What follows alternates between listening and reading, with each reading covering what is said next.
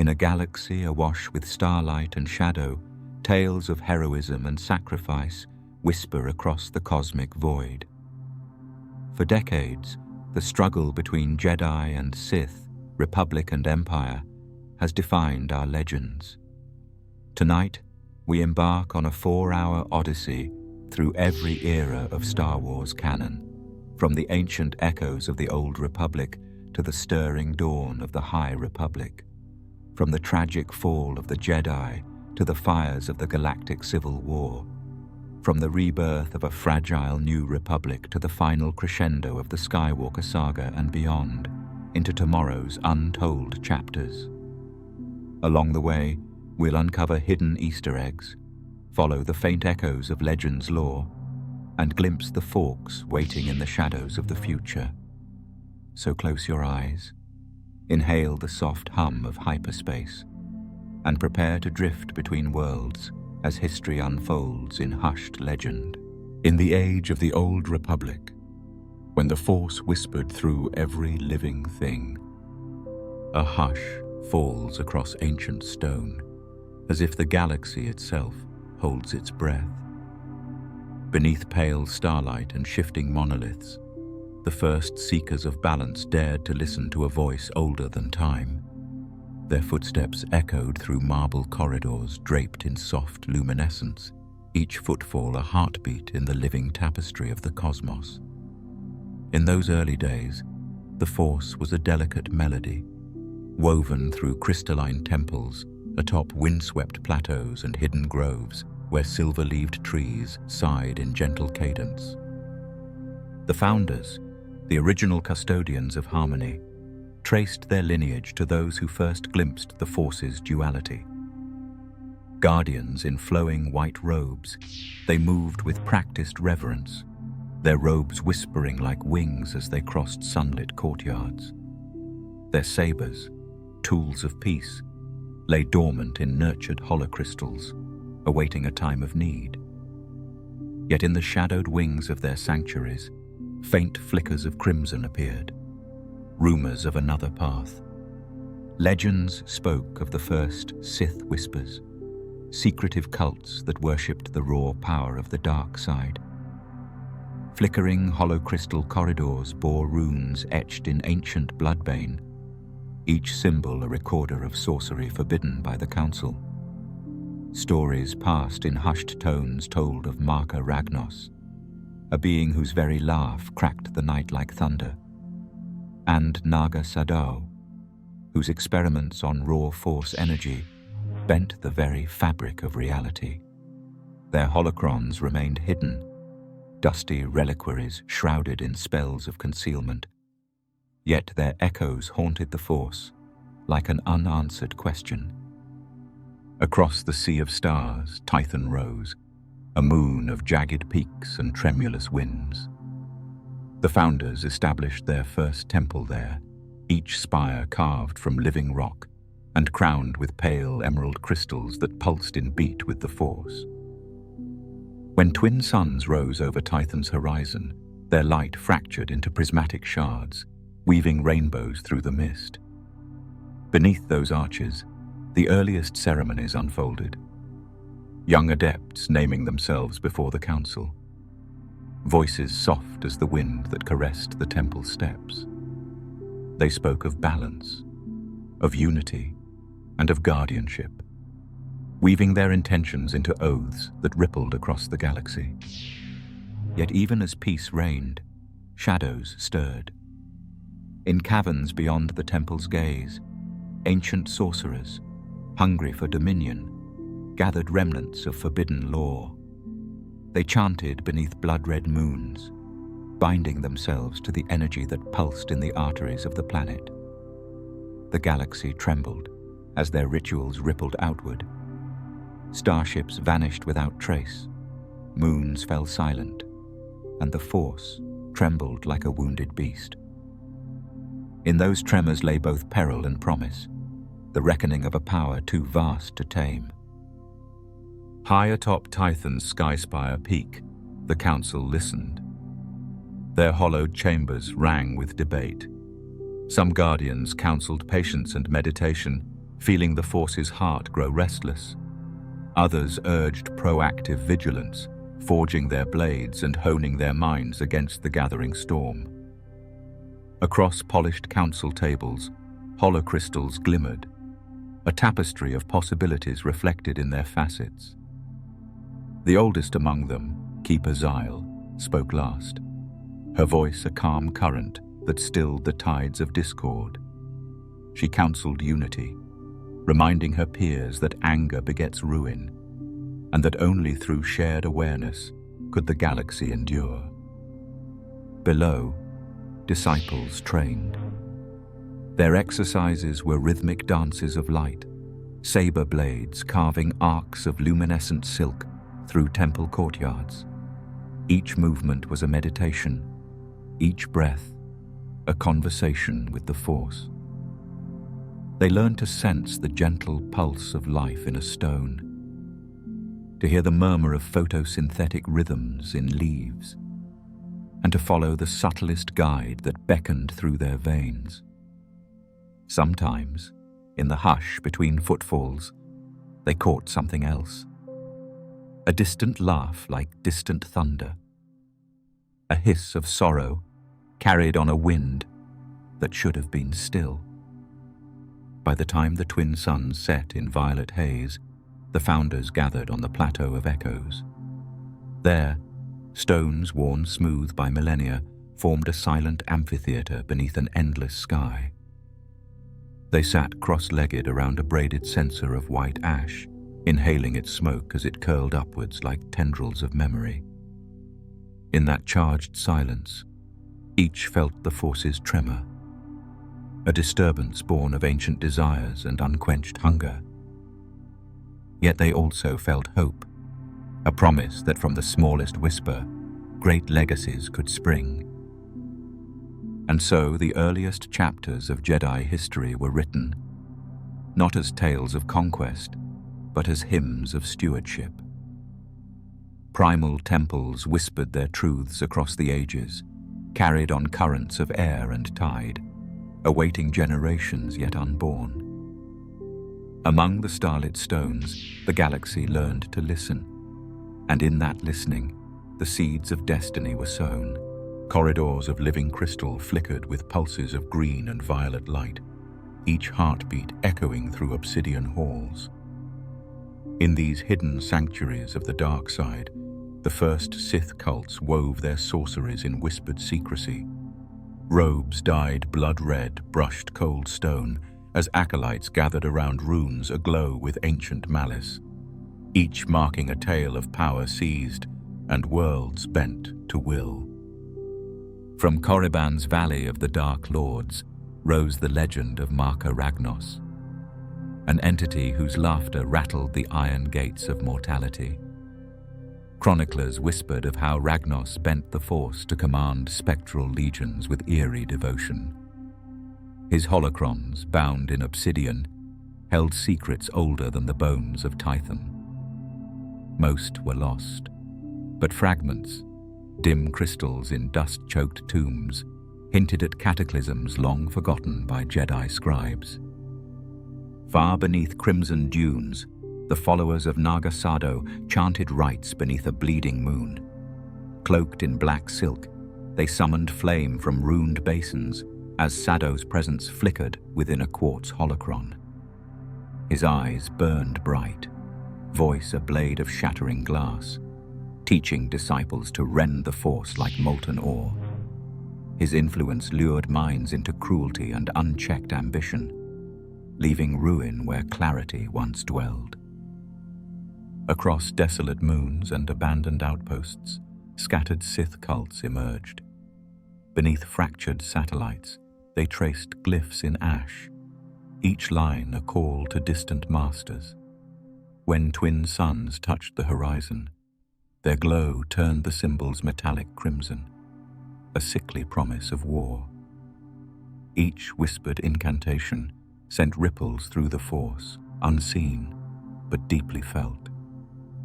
The Jedi Council, robed in white and gathered beneath crystalline domes on Tython and Ossus, felt those tremors. In starlit chambers they reviewed troubling reports, of vanished scholars and stolen ships. Most dismissed the signs as myth, relics of a bygone war. Only the eldest masters saw the truth, a coiling malice returning from the shadows. Meanwhile, voices stirred on the outer rim. Some Jedi urged caution, others called for action. Beneath towering holocrystal pillars, a knight named Ceralis spoke. "We cannot wait for shadows to become our prison. Let us shine balance before darkness claims our legacy." Her words forged resolve. A secret strike force formed, chosen for stealth and clarity of purpose. Through forgotten hyperspace lanes, they infiltrated suspected Sith enclaves. Under moonlight that barely pierced jagged spires, they retrieved shards of Ragnos's tomb and echoes of Sado's voice. These brief missions passed unnoticed in galactic annals, yet each smuggled holocron was a puzzle piece in the Jedi's growing awareness. But the Sith adapted. As one holocron awakened, others stirred. Cultists fled deeper, embedding knowledge inside living caves and glacier-buried vaults. Some vanished into the unknown regions, carrying forbidden lore with them. The Force itself seemed to flinch at their passage, as if mourning balance undone. When Tython's twin moons eclipsed each other, casting the land in near total darkness, the Jedi had gleaned a fragile understanding of their foe. The Sith sought not mere conquest, but transcendence, power to rewrite the Force's very essence. Their holocrons whispered of rituals to bend birth cycles, extinguish stars, and remake destiny. Yet hope endured. The Jedi sealed reclaimed crystals behind wards of living energy. They stood ready, not as conquerors, but as beacons. Their sabers, lit not for domination but for balance, awaited the test ahead. In their stillness lay both warning and promise, that they would meet the ancient shadows and try, against all odds, to temper them with light. From mythic origins, the galaxy's golden age of light begins. Beneath twin suns arcing across the glittering hyperspace lanes, the Jedi gathered at Starlight Beacon, a radiant sentinel in the outer rim, launched in 232 BBY as the centerpiece of Chancellor Lina So's great works. Rising above dark zones, its crystalline towers shone like a second dawn, guiding lost travelers and Jedi alike. Inside, verdant biospheres, starship yards and market halls bustled with life, testaments to the Republic's promise of unity and hope. At the heart of the station lay the Grand Convocation, a ceremonial assembly of Jedi Masters, Republic officials, and frontier delegates. More than diplomacy, it was a celebration of peace, where the Force was honored not as a weapon, but as a living current connecting all things. Beneath translucent domes casting prismatic light on marble floors, newly appointed Marshal Avar Kriss joined Chancellor So in a solemn invocation. Her voice carried the Republic's ethos: compassion, exploration, and a duty to bring light to even the farthest stars. Below the convocation halls, shipyards pulsed with purpose. Jedi and Republic vessels glided into bays under the glow of distant suns. Sleek corvettes ferried supplies to outer colonies. Starfighters stood poised against threats from the Nihil. Engineers and pilots worked in unison, their labor a symphony of sparks and code. Every vessel, every rivet, echoed the same mission: prepare, protect, and connect the stars. The station's upper galleries thrived with activity. Merchants from Aram displayed rare wares. Holonet reporters streamed events to eager core worlds. Traders exchanged stories with Jedi archivists. Children played among pavilion gardens. This was the High Republic's peak, a living mosaic of cultures and ideals gathered in harmony under starlight's radiant glow.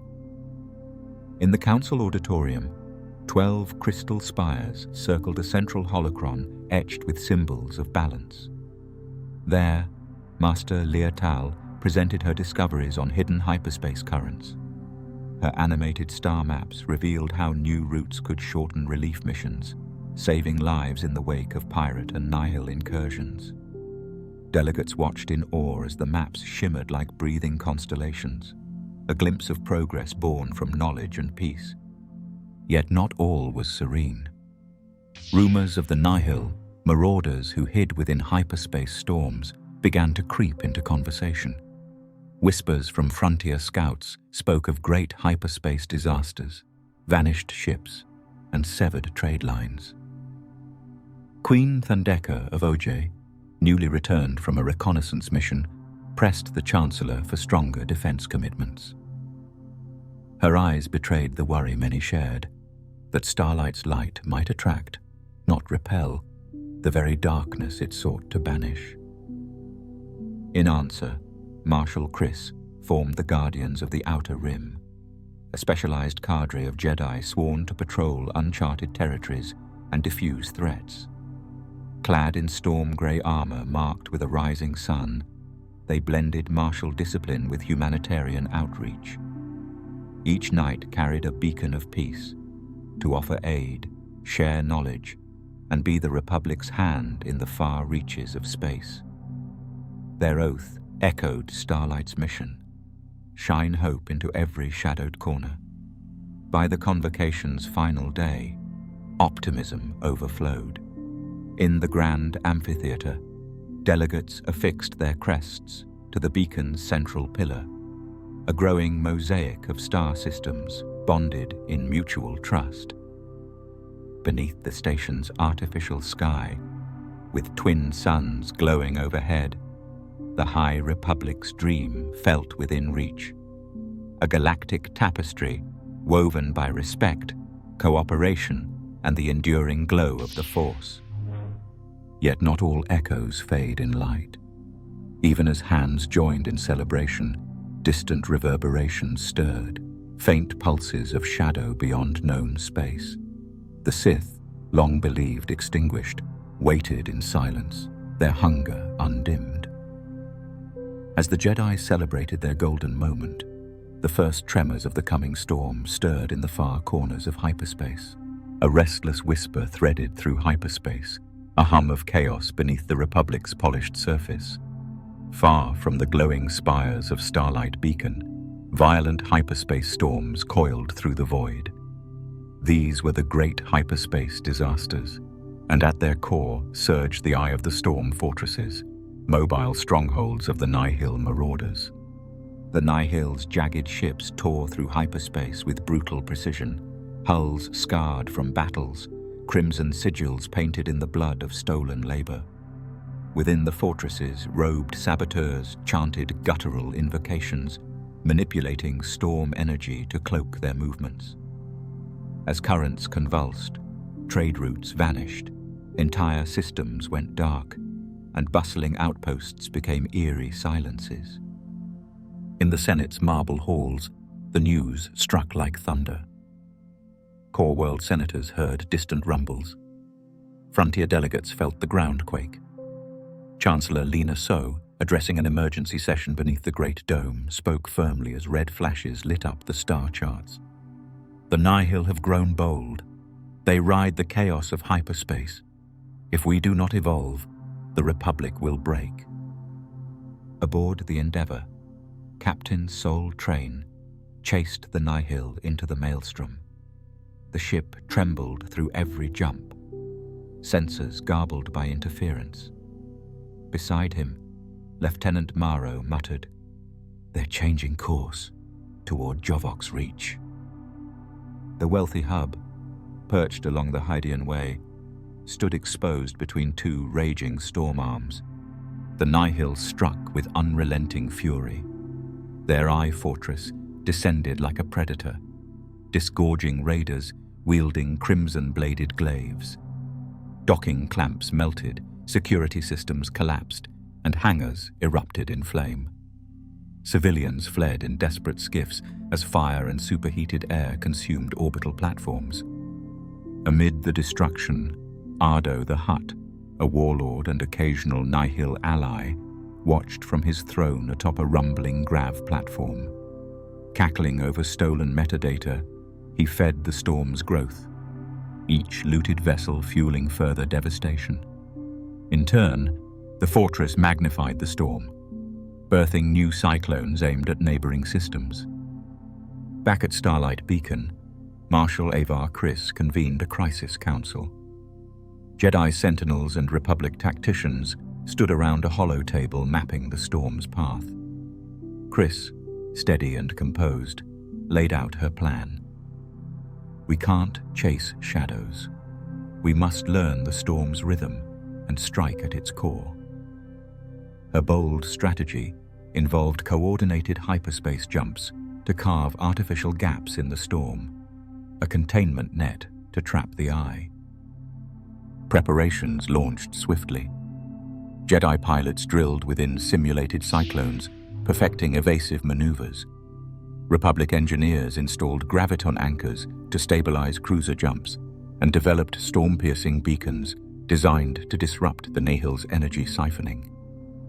For the first time, the Republic blended technology, tactics, and the Force to form a united defense. Despite progress, danger loomed. New whispers spoke of an eye fortress turning toward the core, drifting ominously near Talandis's mineral moons, territory thought secure. Panic stirred. Entire sectors braced for impact, haunted by stories of vanished colonies and the growing shadow that no longer respected borders. The High Republic's age of unshaken optimism had met its reckoning. As cyclonic storms ripped across the galactic frontier, the Republic's foundation groaned under the strain. Yet, within the turbulence, resilience awakened. Through daring innovation and collective resolve, the Republic began to mount a response, not just to defend, but to push back. Even as the storms howled louder and the eye's gaze shifted inward, the light of unity refused to dim. The Republic stood ready to turn the tempest upon its creators and prove that even the fiercest storm could not outshine hope. A soft glow danced across the candlelit council hall, where marble columns rose like sentinels beneath the vaulted ceiling. Jedi Masters gathered around an oaken table etched with centuries of devotion. Their robes stirred in a faint breeze, as if moved by the Force itself. At one end, Master Avar Kriss held a pale crystal holocron, her gaze serene yet firm. Opposite her, traditionalists like Master Skier and Keeper Sol maintained outward calm, though their furrowed brows told of inner conflict. For weeks, debate simmered, compassion versus caution. Avar advocated intervention, urging the Jedi to serve as beacons of hope wherever suffering endured. Traditionalists argued for restraint, clinging to the Jedi's ancient vows, to observe, to maintain balance, never to impose will upon the galaxy. Avar's voice was gentle but resolute. "Compassion is not interference," she said. "It is the Force made manifest through action. When a world suffers, when a species faces extinction, we cannot be silent. Healing is our calling." She placed the holocron on the table. Its light shimmered like a small sun. A dying system is a wound in the galaxy.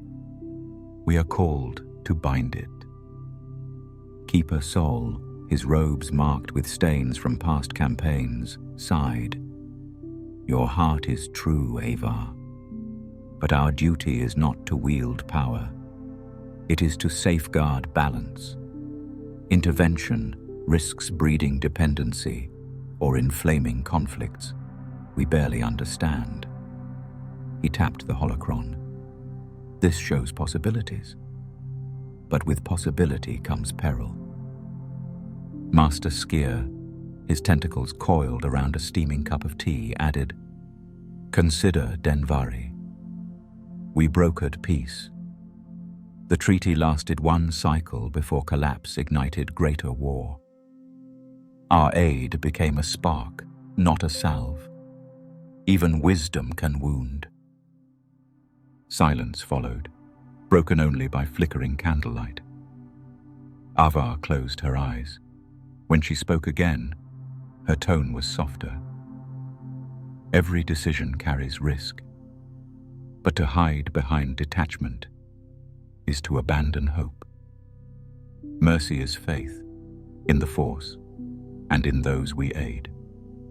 Without that trust, our knowledge is hollow. At the threshold, young Knight Lysana waited for a pause. She stepped forward, voice a whisper. "Masters, the holocron I recovered from Bir Magna showed echoes of both salvation and ruin. Compassion without prudence can breed chaos. But prudence without compassion breeds cold indifference. Balance lies not in choosing extremes, but in weaving both into each choice." Her words struck like a bell in still air. The masters sat in reflection.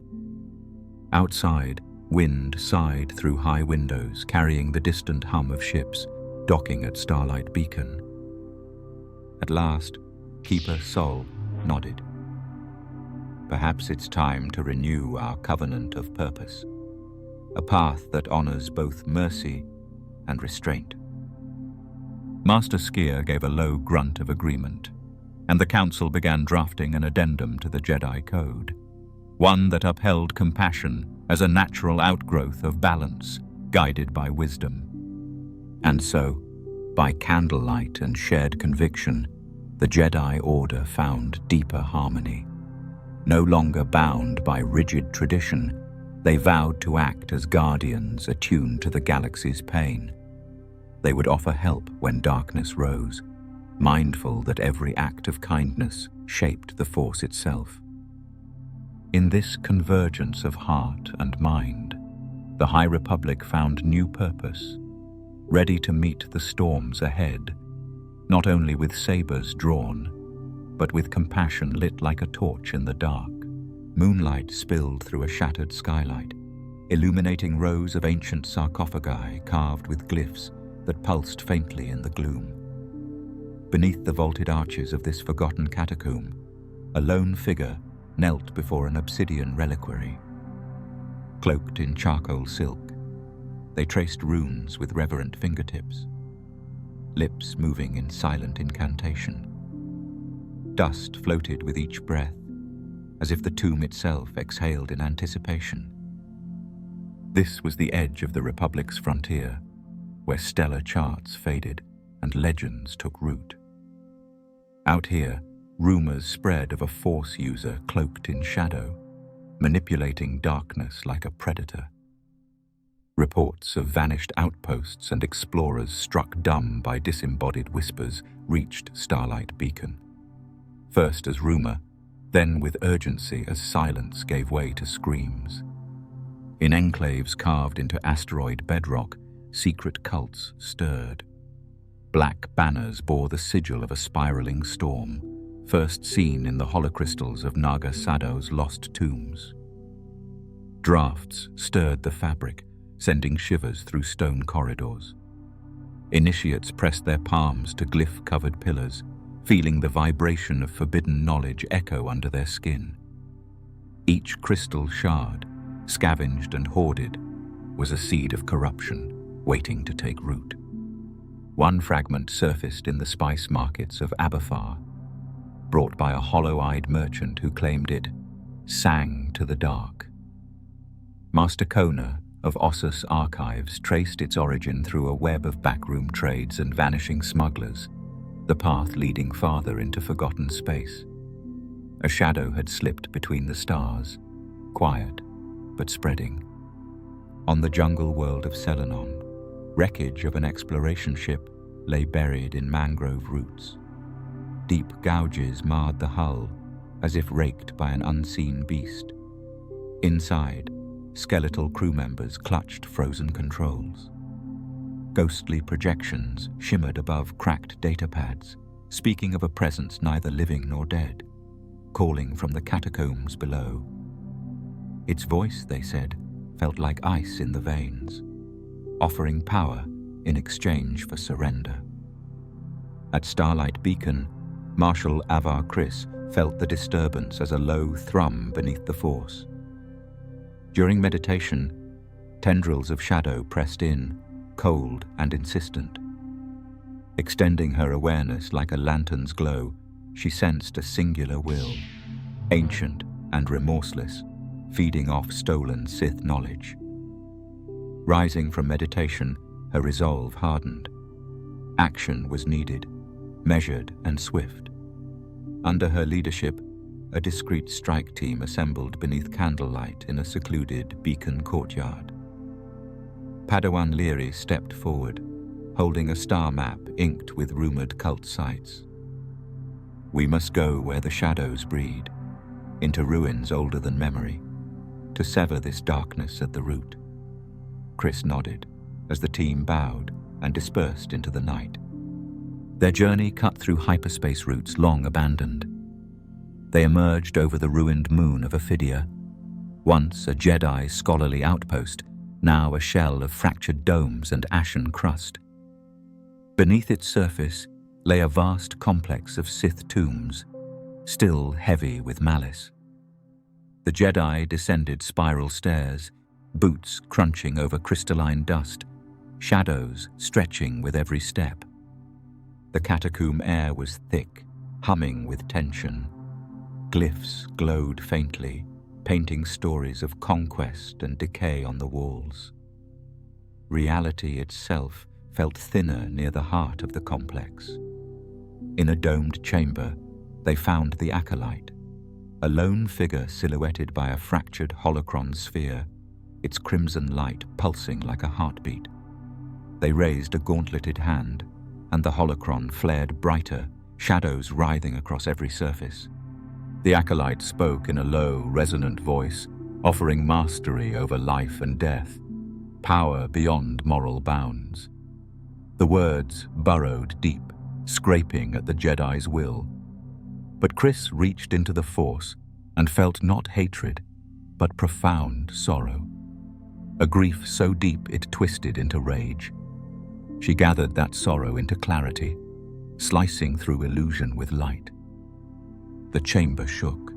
The holocron cracked, then burst in a cascade of luminous shards. The Acolyte faltered, their mask of certainty shattering.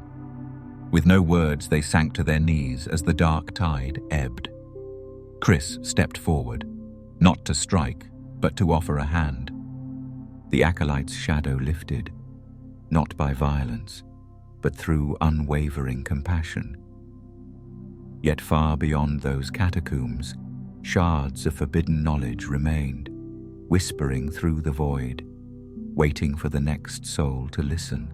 Candlelight danced across marble walls, revealing hairline fissures like silent omens. Senators drifted through the grand chamber, their masked faces unreadable, yet each step carried the weight of dread.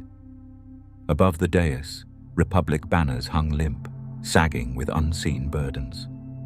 Delegates traded veiled accusations in voices quieter than the wind whispering through etched porticos. The debate circled war funding, driven by the Nihil's raids and stirrings of the Sith. As distant storms brewed, supply lines frayed, frontier worlds demanded protection, core sectors balked at new taxes. Chancellor Sara Sestili sat high above, brow furrowed, watching shadows stretch long across the golden chamber as Coruscant's twin suns dipped toward the horizon. At the storm's eye stood Senator Yarrow Hest, his silver mask glinting in the torchlight. To pour credits into endless war is to bankrupt our future, he declared. We must invest in prosperity that binds neighbors in fellowship, not fuel perpetual conflict. His voice carried core world priorities: commerce, infrastructure, progress. Cameras recorded every syllable, offering hope to some, dread to others. Opposite him, Senator Letha Maru's crimson-trimmed mask caught the candlelight like a blade. "Hope cannot stand against marauders cloaked in storm," she countered. "We must fortify the outer rim and show the Republic protects all under its banner. If we falter now, our ideals will crumble like these fractured halls."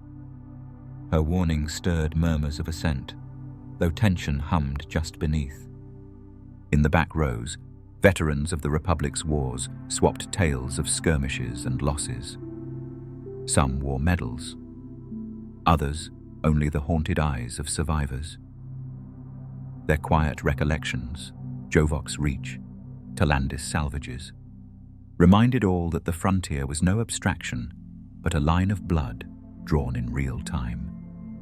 In the Jedi enclave adjoining the Senate, Master Ava Chris watched events unfold with growing unease. Candlelit council halls once echoed with unity. Now they trembled with doubt. From her robes, she drew a shard of the Acolyte's shattered holocron. Its pale glow flickered like a wounded pulse, reflecting not only vanquished darkness, but fractures within the Jedi themselves, disputes over action, over compassion, over war. Back in the chamber, negotiations dragged deep into the night. Amendments were proposed: modest defense spending with social aid, postponed drone fleet votes traded for agricultural subsidies. Each concession dulled clarity, grinding unity to dust. The vaulted ceiling seemed to sink lower, as though the Republic's ideals sagged under the weight of compromise. Senator Hest spoke again, urgency creeping into his tone. "If we cannot agree on both security and prosperity, then we're no better than those who seize by force. Unity is forged in shared responsibility." A hush followed, minds stirred by his plea, but old doubts lingered. Would greater control protect the Union, or spark its unraveling? In a quiet alcove, Chancellor Sestili pressed her fingers to her temple as advisors surrounded her.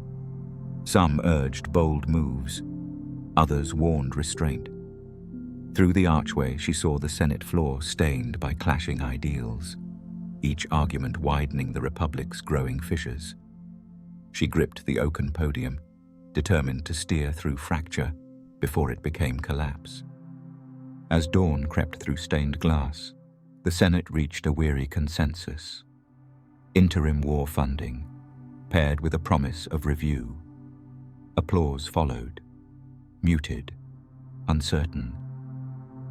Delegates turned to leave, their masked reflections fractured across cracked tiles, the Republic's once pristine mirror showing signs of splintering.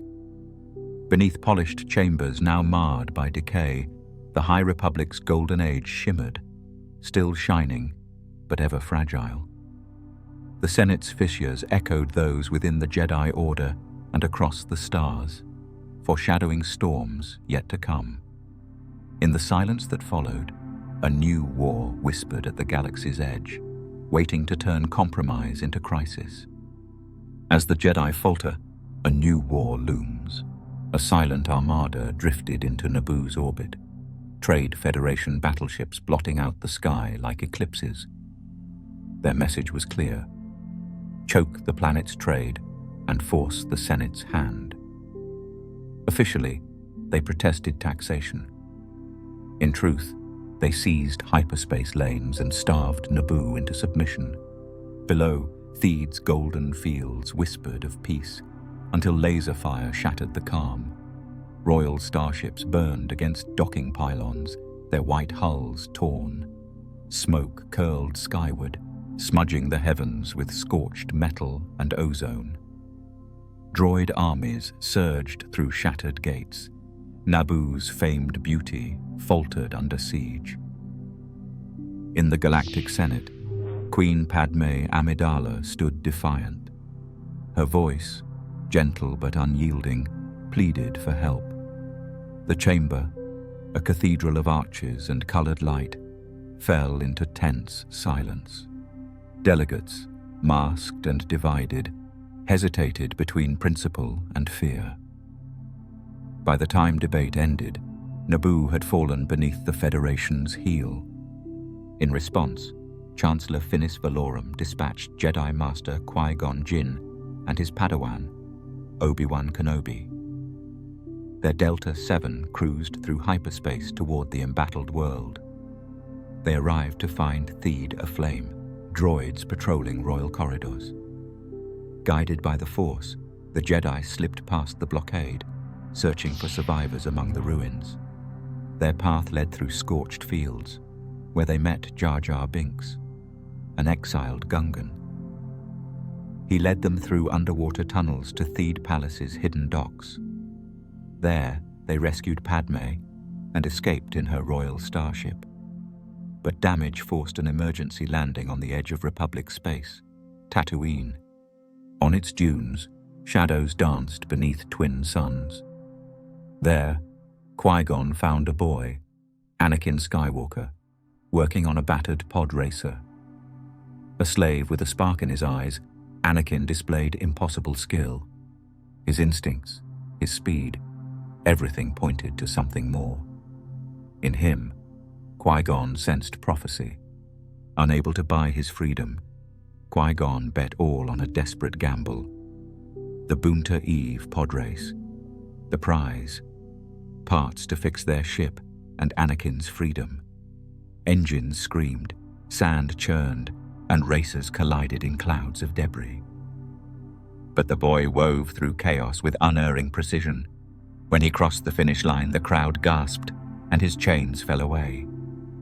With parts secured, the group resumed their journey to Coruscant. In the ship's quiet hold, Anakin slept near the engines, haunted by dreams of his mother. Qui-Gon meditated beside him, convinced the child was the chosen one, destined to shape the galaxy in wondrous and terrifying ways. Back on Naboo, the blockade's grip flickered, resistance stirred.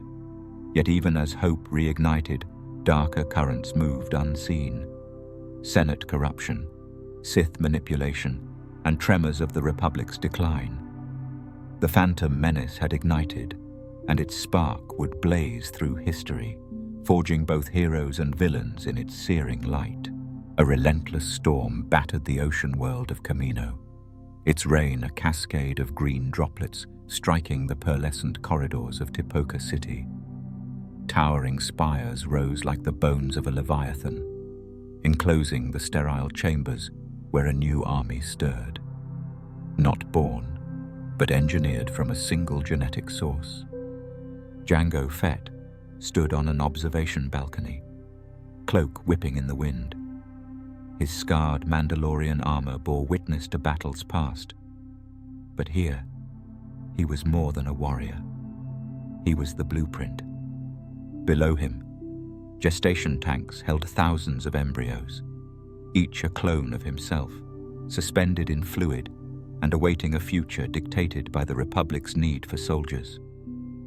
Kaminoan technicians moved with silent precision, monitoring holographic data on growth, cognition, and loyalty. Every trooper was screened for strength, obedience, and stamina. Unlike traditional militaries, the Republic had commissioned an army of uniform design and discipline, products of Jango's unyielding DNA and Kamino's bioengineering.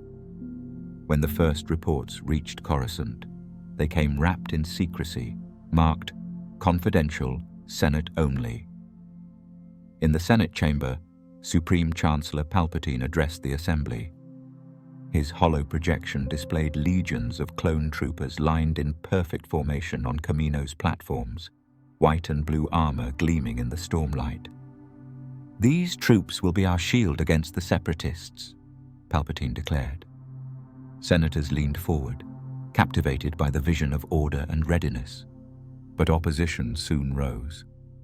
Senator Mon Mothma, calm yet firm, warned, "These clones may serve us today, but what precedent do we set? Armies bred for war may be efficient, but at what moral cost?" Her words stirred murmurs through the chamber, though Palpatine countered with urgent appeals to security. Systems like Bakura and Geonosis were already falling to separatist control, he argued.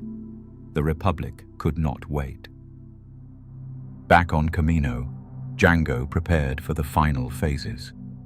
From a mezzanine, his son Boba watched with quiet pride. Unlike the clones, Boba was unaltered, a true child, not a soldier.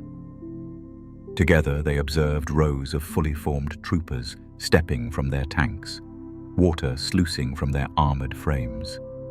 Helmets under arm, they stood ready.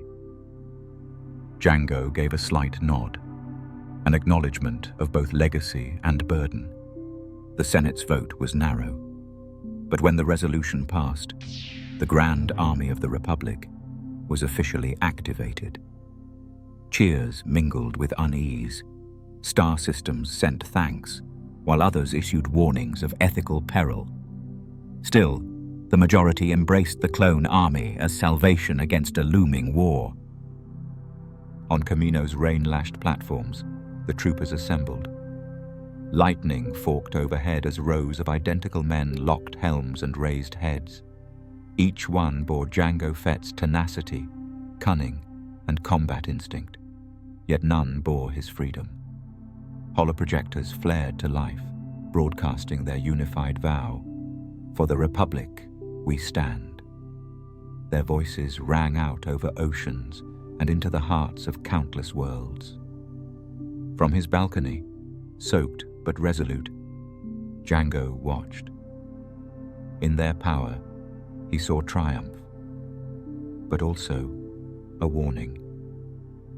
Beneath their unity lurked a fragility only the Force might perceive.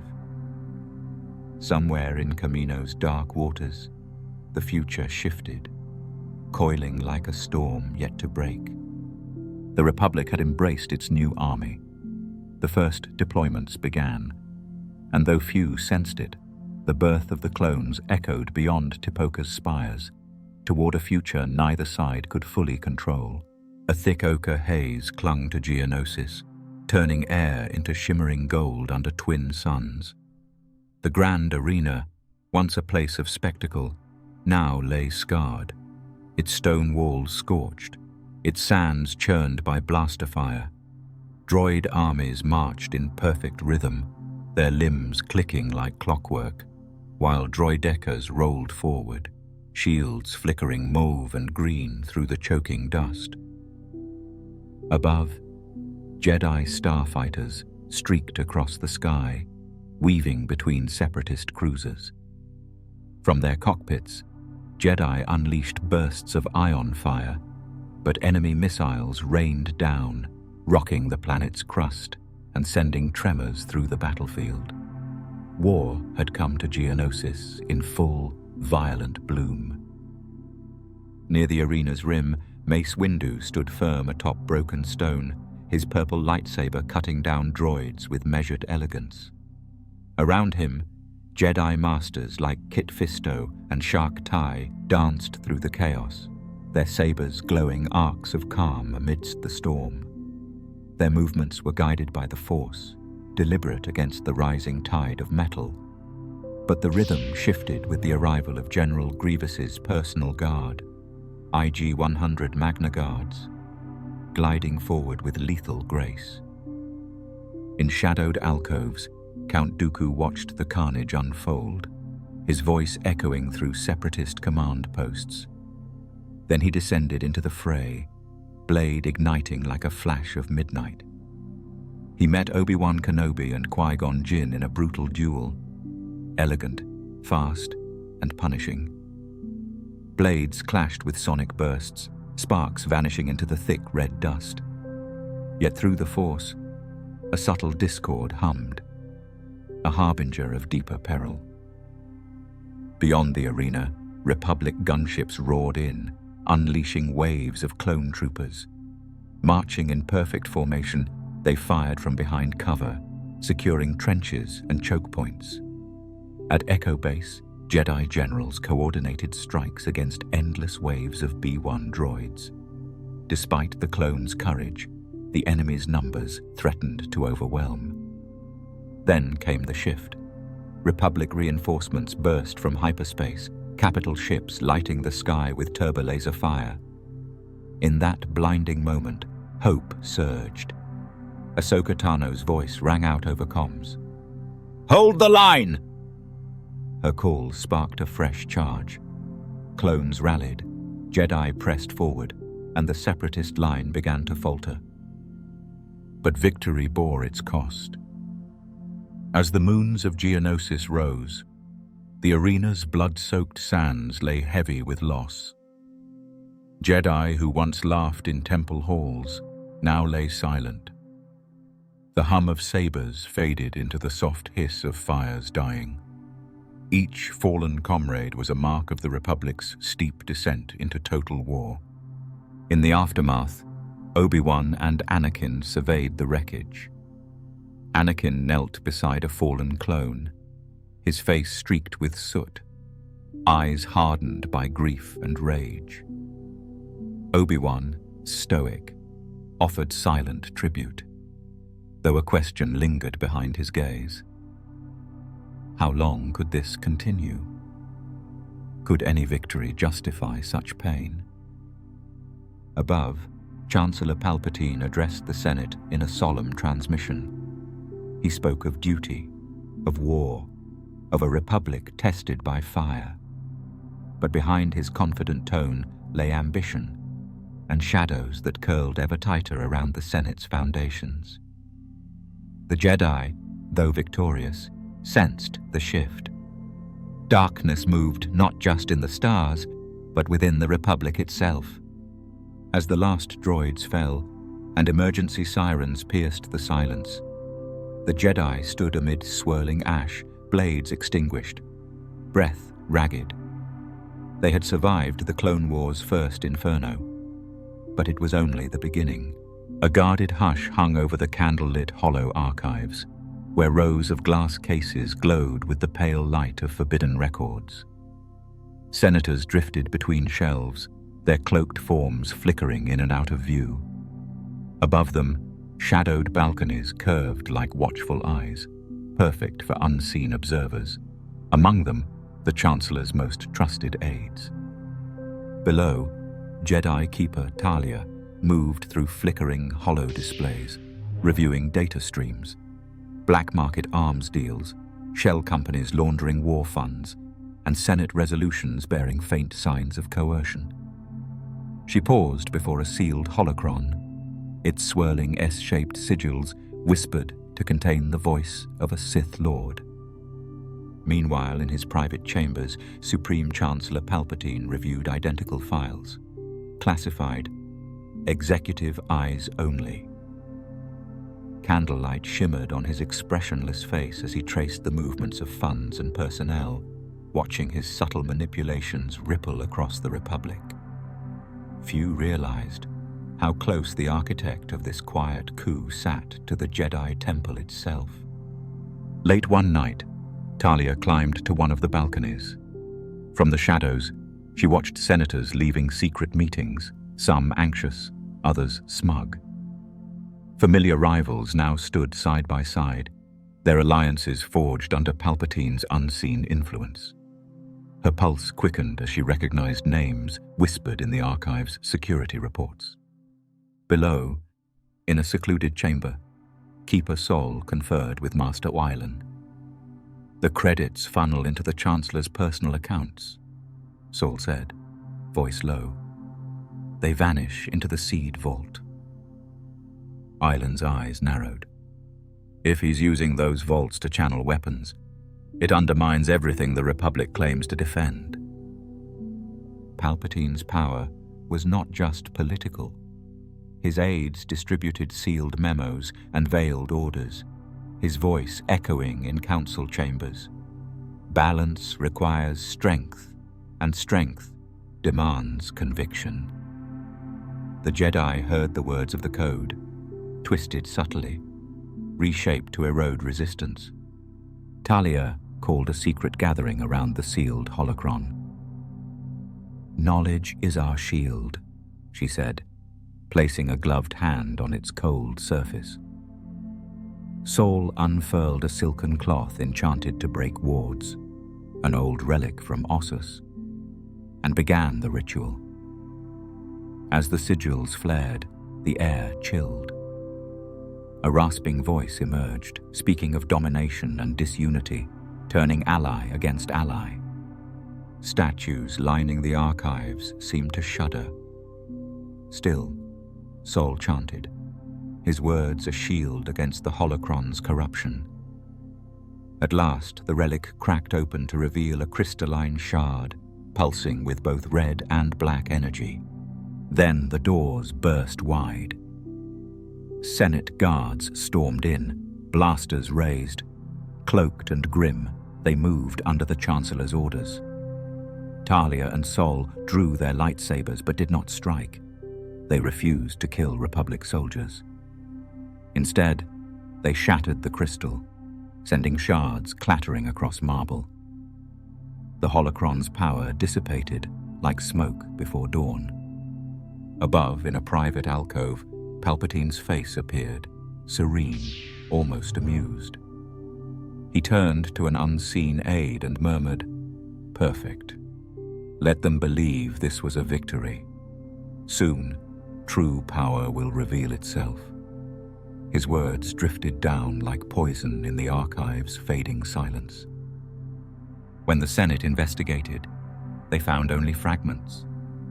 Burned data, broken glass, no clear proof. Official reports cited containment failure.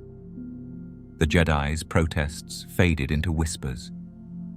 But behind every closed Senate door, behind every veiled amendment, the Chancellor's grip grew tighter. His hand, hidden in shadows, pressed against the Republic's spine. No grand coup would announce its fall, only 1,000 silent cuts, each guided by the same quiet force, the hidden hand of the Chancellor. Neon hollow ads flickered through Coruscant's undercity, casting garish lights on rain-slick streets. Above, the Senate district gleamed serenely, unaware that beneath its polished surface, the city's heart was about to face its most desperate siege. The first shock came when separatist battlecruisers attacked, raining red blasts across Coruscant's orbital defenses. The shield girders shattered like glass, and citizens below watched in horror as the sky was torn open. On the Jedi Temple's council floor, Master Yoda's eyes narrowed, sensing the impending storm. "A crisis envelops us," Yoda warned, his voice crackling through the comnet. "Heart of the Republic, now bleeding it is." His words grounded the Jedi as clone battalions scrambled to defend the streets. Republic gunships roared overhead, dodging droid starfighters. But the separatist onslaught pushed deeper, dropping waves of droidicas, vulture droids, and spider-tanked artillery into the heart of the city. Meanwhile, Chancellor Palpatine remained unshaken in the Senate's grand rotunda. From the shattered windows, his calm voice guided evacuation protocols as senators fled through security corridors, leaving the capital vulnerable to the enemy's mechanical onslaught. Beneath the Senate, in the forgotten tunnels, a darker confrontation was unfolding. Yoda, sensing a malignant presence, ventured deep into the hidden catacombs beneath Palpatine's chambers. His staff echoed through the silence as he moved deeper, his robes whispering like wind through tall grass. There, amid flickering lights and humming cables, stood Darth Sidious, masked in mortal form, surrounded by holocron shards that pulsed with dark energy. "Master Yoda," Sidious said smoothly, his voice a velvet whisper. "Welcome to my sanctuary." He summoned twin sabers, one green, one crimson, and they clashed against Yoda's emerald blade. Sparks lit up the cavern as each strike was a violent flash in the darkness, the noise like distant thunder. Yoda's fluid defense was a sharp contrast to Sidious's ruthless attacks, each parry and thrust a deadly test of conviction. Above, the capital convulsed under bombardment. Clone troopers fought through burning plazas, guiding refugees towards safety. Republic cruisers streaked through the atmosphere, delivering reinforcements into the broken streets. The battle raged on, a mirror of the duel beneath.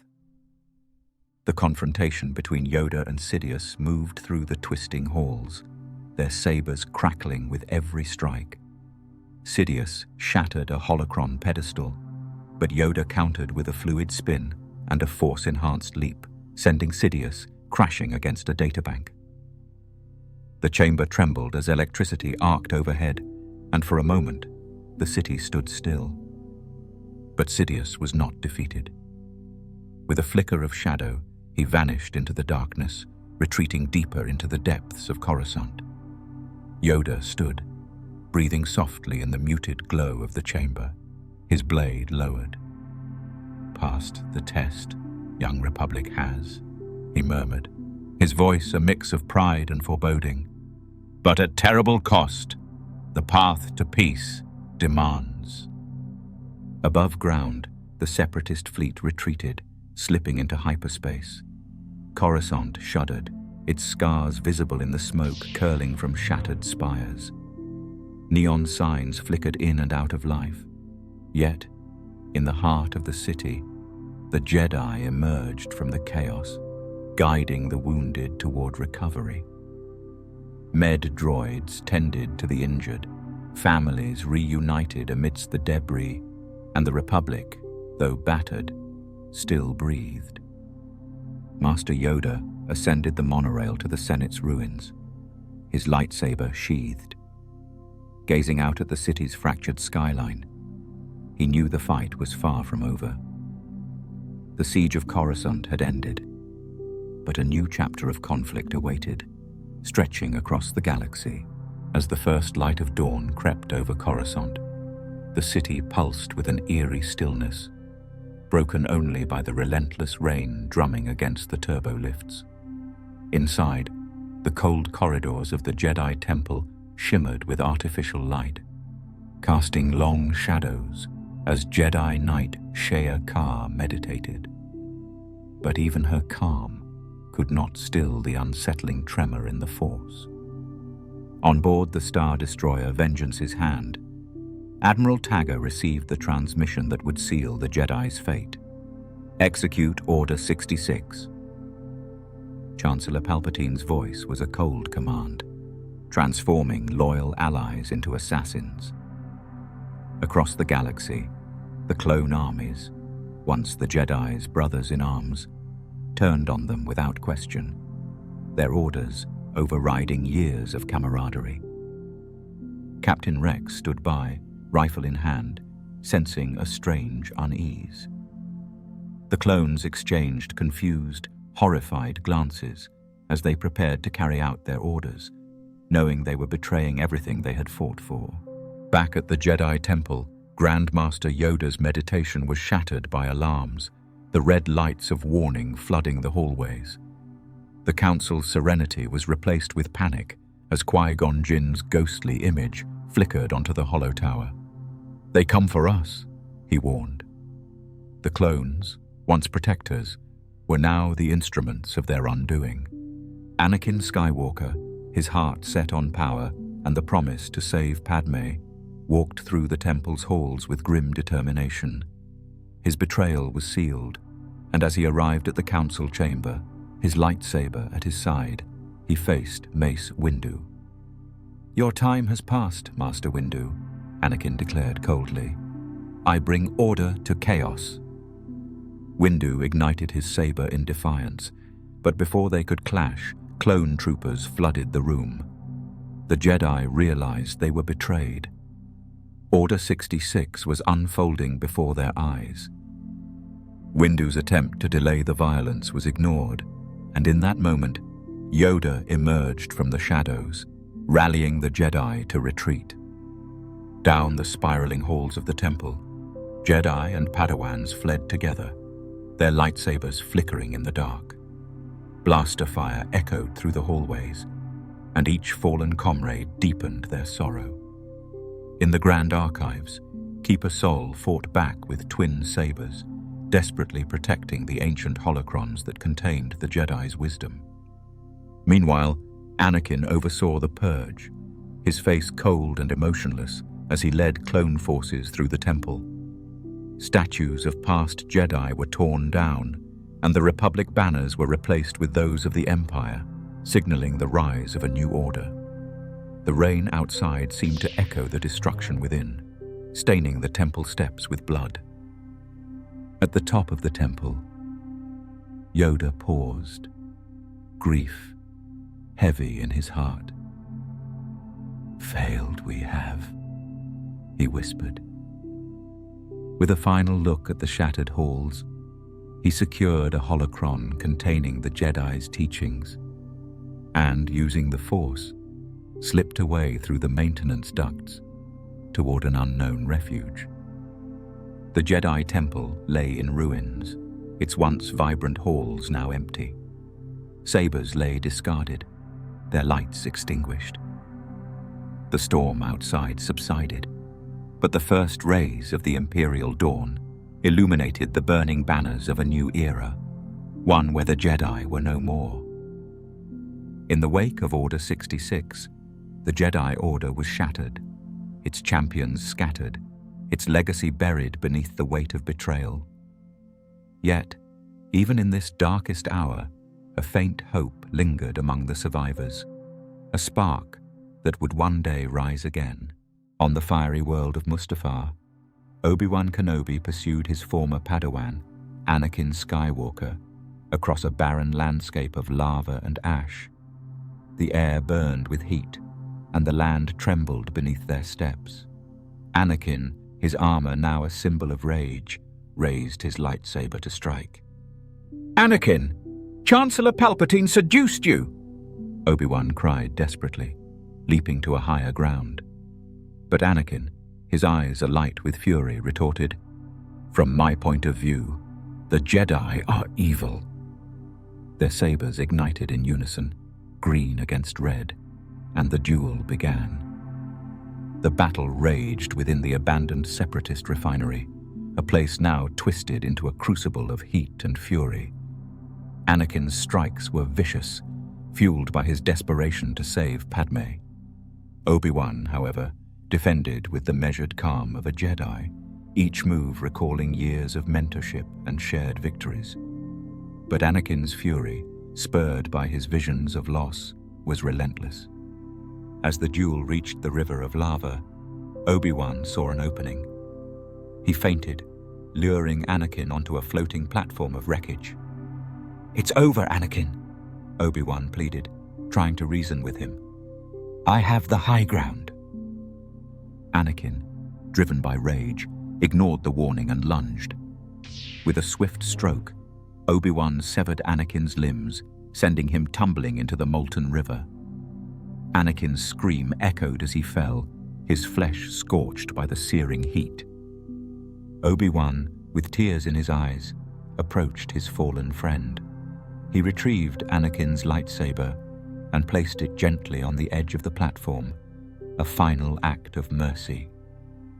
"You were my brother, Anakin. I loved you," he whispered, before walking away, leaving Anakin to his fate. Darth Sidious arrived soon after, his shuttle hovering over the devastated figure of Anakin. Cold and calculating, he saw only the potential for a darker future.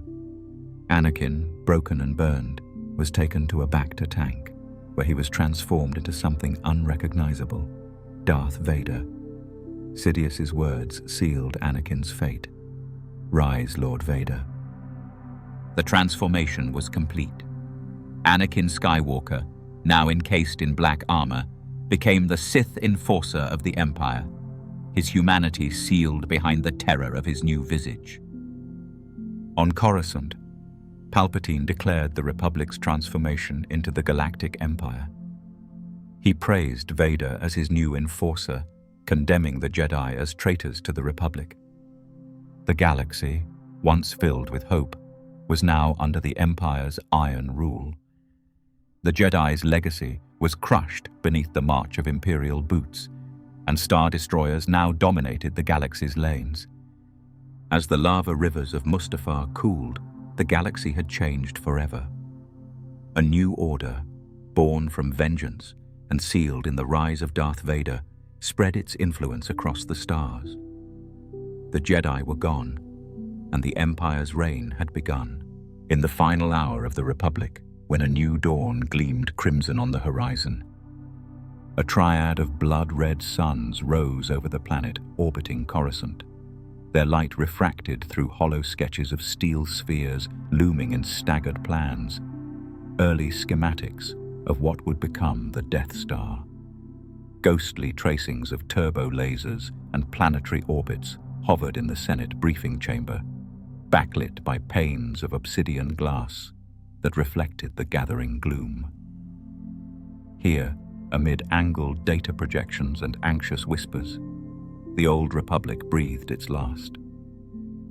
In the Grand Hall, senators in muted tones filed into their seats as Supreme Chancellor Palpatine stood before them, clad in flowing black robes that swayed like living shadow. His voice, measured, resonant, rippled through the vaulted ceiling. The rebellion that threatened our peace has been vanquished. The Jedi, traitors to peace, have been eradicated, he declared, each syllable a chime of finality. Today, we proclaim the Galactic Empire, a stable, unified order destined to endure for millennia. Murmurs swept the chamber like a rising tide. Some delegates bowed their heads in relief. Others masked unease beneath stolen glances. The Senate's great pillars, once emblems of collective governance, now glimmered with stark new emblems. The imperial crest etched into marble, replacing the Republic's starburst motif. Announcements flickered across viewing crystals. Imperial governors appointed, planetary charters rewritten, military tribunals convened under martial law. In a single breath, the Republic's proud legacy of diplomacy and inclusion was eclipsed by the iron will of the new order. At Palpatine's side, Darth Vader knelt in ceremonial embrace, his obsidian helmet polished to mirror the red suns outside. His black cape draped like a waterfall of void around him, and his mechanical breathing sounded hollow in the hush. Rising at the Chancellor's nod, Vader extended his gauntleted hand and pledged his oath before the gathered many. I am the Empire's blade, unbending and unbroken. Through my strength, peace shall reign. His voice, modulated through life support, resonated like a promise of fear rather than hope. Across Coruscant's domed skyline, trumpets heralded the Empire's birth. Triads of TIE fighters sliced from docking bays, their sharp silhouettes gliding under the red glow like flocks of obsidian birds. In the city's heart, new banners unfurled, crimson field, white cog, fluttering atop Senate towers and military bastions alike. Citizens paused in plazas and sky bridges, watching the display with a mix of awe and trepidation as troops marched in formation along gleaming boulevards. Within the Imperial Palace's inner sanctum, the newly anointed Lord Vader stood before a holoprojector displaying the Death Star plans in granular detail. He traced the lattice of equatorial trenches and superlaser conduits with a gloved fingertip, contemplating the power to bring worlds to heal with a single pulse. His thoughts flickered to visions whispered by his master, control born of fear, order enforced through terror. In that instant, the final embers of Anakin Skywalker's flickering conscience were smothered by the monolithic march of destiny. Elsewhere on Coruscant, survivors of the Jedi Purge, fugitive masters and Padawans, slipped through secret corridors beneath the Jedi Temple's ruins. They clutched hastily encoded holocrystals containing the last fragments of the Order's teachings. Each holocron whispered cautionary reflections on tyranny's rise, that unchecked power would corrode even the noblest heart. Through maintenance shafts and abandoned maintenance shafts, they vanished into the galactic underworld, carrying hope's fragile spark into exile. Back in the Senate chamber, Palpatine raised a ceremonial gavel, tapping it thrice. Let it be recorded. The Republic is dissolved. The Empire stands eternal. The gavel's echo faded into solemn silence, broken only by the mechanical hiss of Vader's respirator. Then, in a gesture meant to seal the Empire's dominion, Palpatine activated the chamber's holonet. Across billions of worlds, a unified broadcast streamed. The new era had dawned, and resistance was deemed treason. On distant planets, Imperial governors received the dispatch. In the core, prosperity continued under disciplined rule. On border systems, the arrival of stormtroopers foretold rigorous audits and loyalty pledges. Soon, construction crews would descend on moons to begin forging the station that bore the Empire's might. Each blueprint, each shard of molten steel would bear the indelible stamp of Vader's oath, a promise that power, once seized, would never again slip free. As the triad of red suns climbed higher, their light cast long shadows across Coruscant's domes and spires. Under their glow, the Empire's new dawn was both a promise and a warning that order demanded sacrifice, and that the galaxy's destiny now lay in hands resolute and unyielding. The galaxy of liberty had ended. The empire of control had begun. In the early shadows of Imperial dominion, when fear's dark cloak settled over countless worlds, hidden among the glittering fields of asteroids in the Anoat sector, lay a secret sanctuary carved deep within an ice-encrusted rock. Veins of pale blue ice ran through the cavern walls like frozen rivers, reflecting the dim glow of bioluminescent fungi that clung to crevices. Here, Bail Organa, senator of Alderaan turned clandestine architect of defiance, gathered the first embers of rebellion. His voice, low and resolute, carried through the frosted halls as he conferred with ragtag emissaries from systems smothered by imperial decree. Bail's network stretched across the core and into the fringes. Former diplomats, disillusioned soldiers, and exiled senators who refused to bend the knee to tyranny. Each had risked everything for these whispered gatherings, hiding beneath layers of secrecy so deep even the galaxy's most intrusive scanners could not detect their presence. In one wing, Ransom Castafo paced beside a translucent holoprojector depicting Coruscant's storm-scarred skyline. "The Emperor's grip tightens daily," Ransom murmured. "Yet each act of defiance, however small, gives hope to countless souls." Within adjacent caverns lay the workshops of Mon Mothma's covert arms division. Sturdy crates of blaster rifles and stolen M-count munitions lined ice-hewn shelves. Engineers from the Outer Rim, once cogs in Imperial factories, now refitted cargo transports into armed freighters. Their muffled hammers and welding torches echoed like distant thunder through the rock, a symphony of quiet rebellion. Each weapon bore the sleek emblem of the Phoenix, an emblem Bail had chosen to symbolize resurgence from oppression's ashes.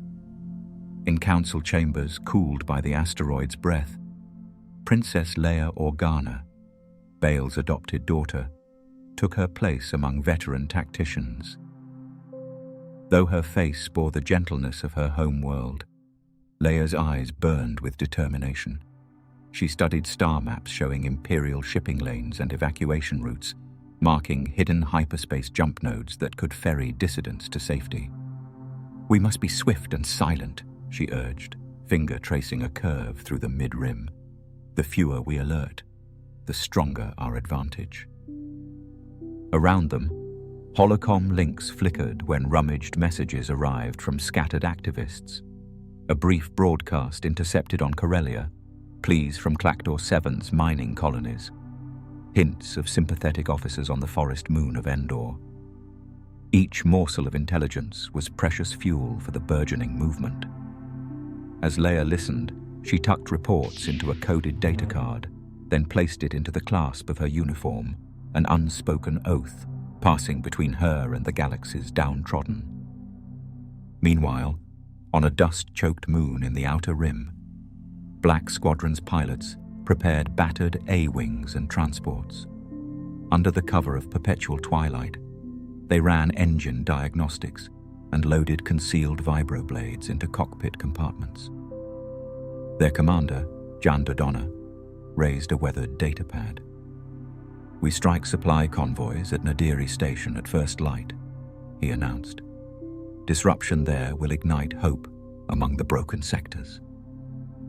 Cheers rippled through the hangar, quiet, cautious celebrations of small victories that would ripple outward. Back in the ice caverns, Bail Organa stood before a mosaic depicting past revolutions, a tapestry woven with threads from Alderaanian festivals, Corellian uprisings, and the distant echoes of ancient rebellions. "Freedom is not born in grand proclamations," he addressed the council, voice steady yet warm. "It starts with a single act, a smuggler's secret route, a miner's hidden cache, a senator's whispered word. From these seeds, turmoil will sprout across the Empire's cracks."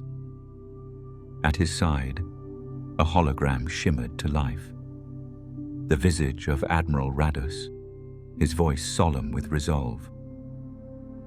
"The Empire underestimates the power of unity forged in silence," Raddus intoned.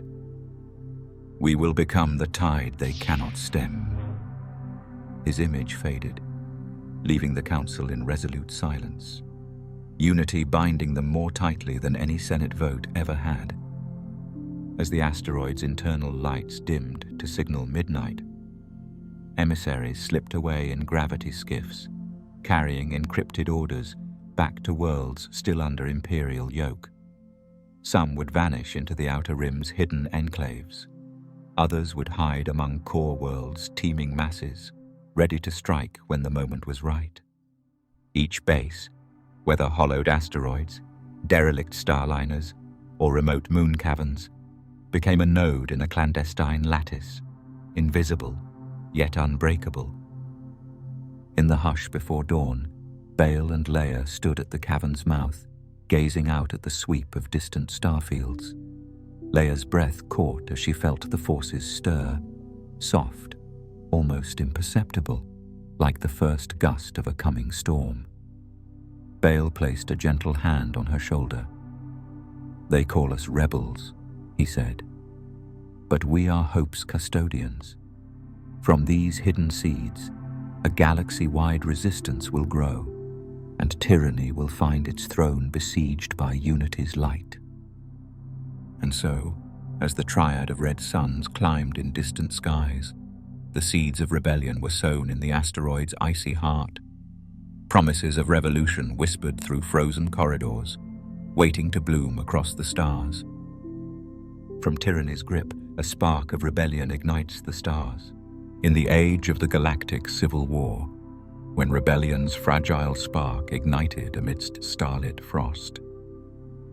A hush fell over the frost-lined trenches of Eadu as dawn's pale light crept through swirling mist.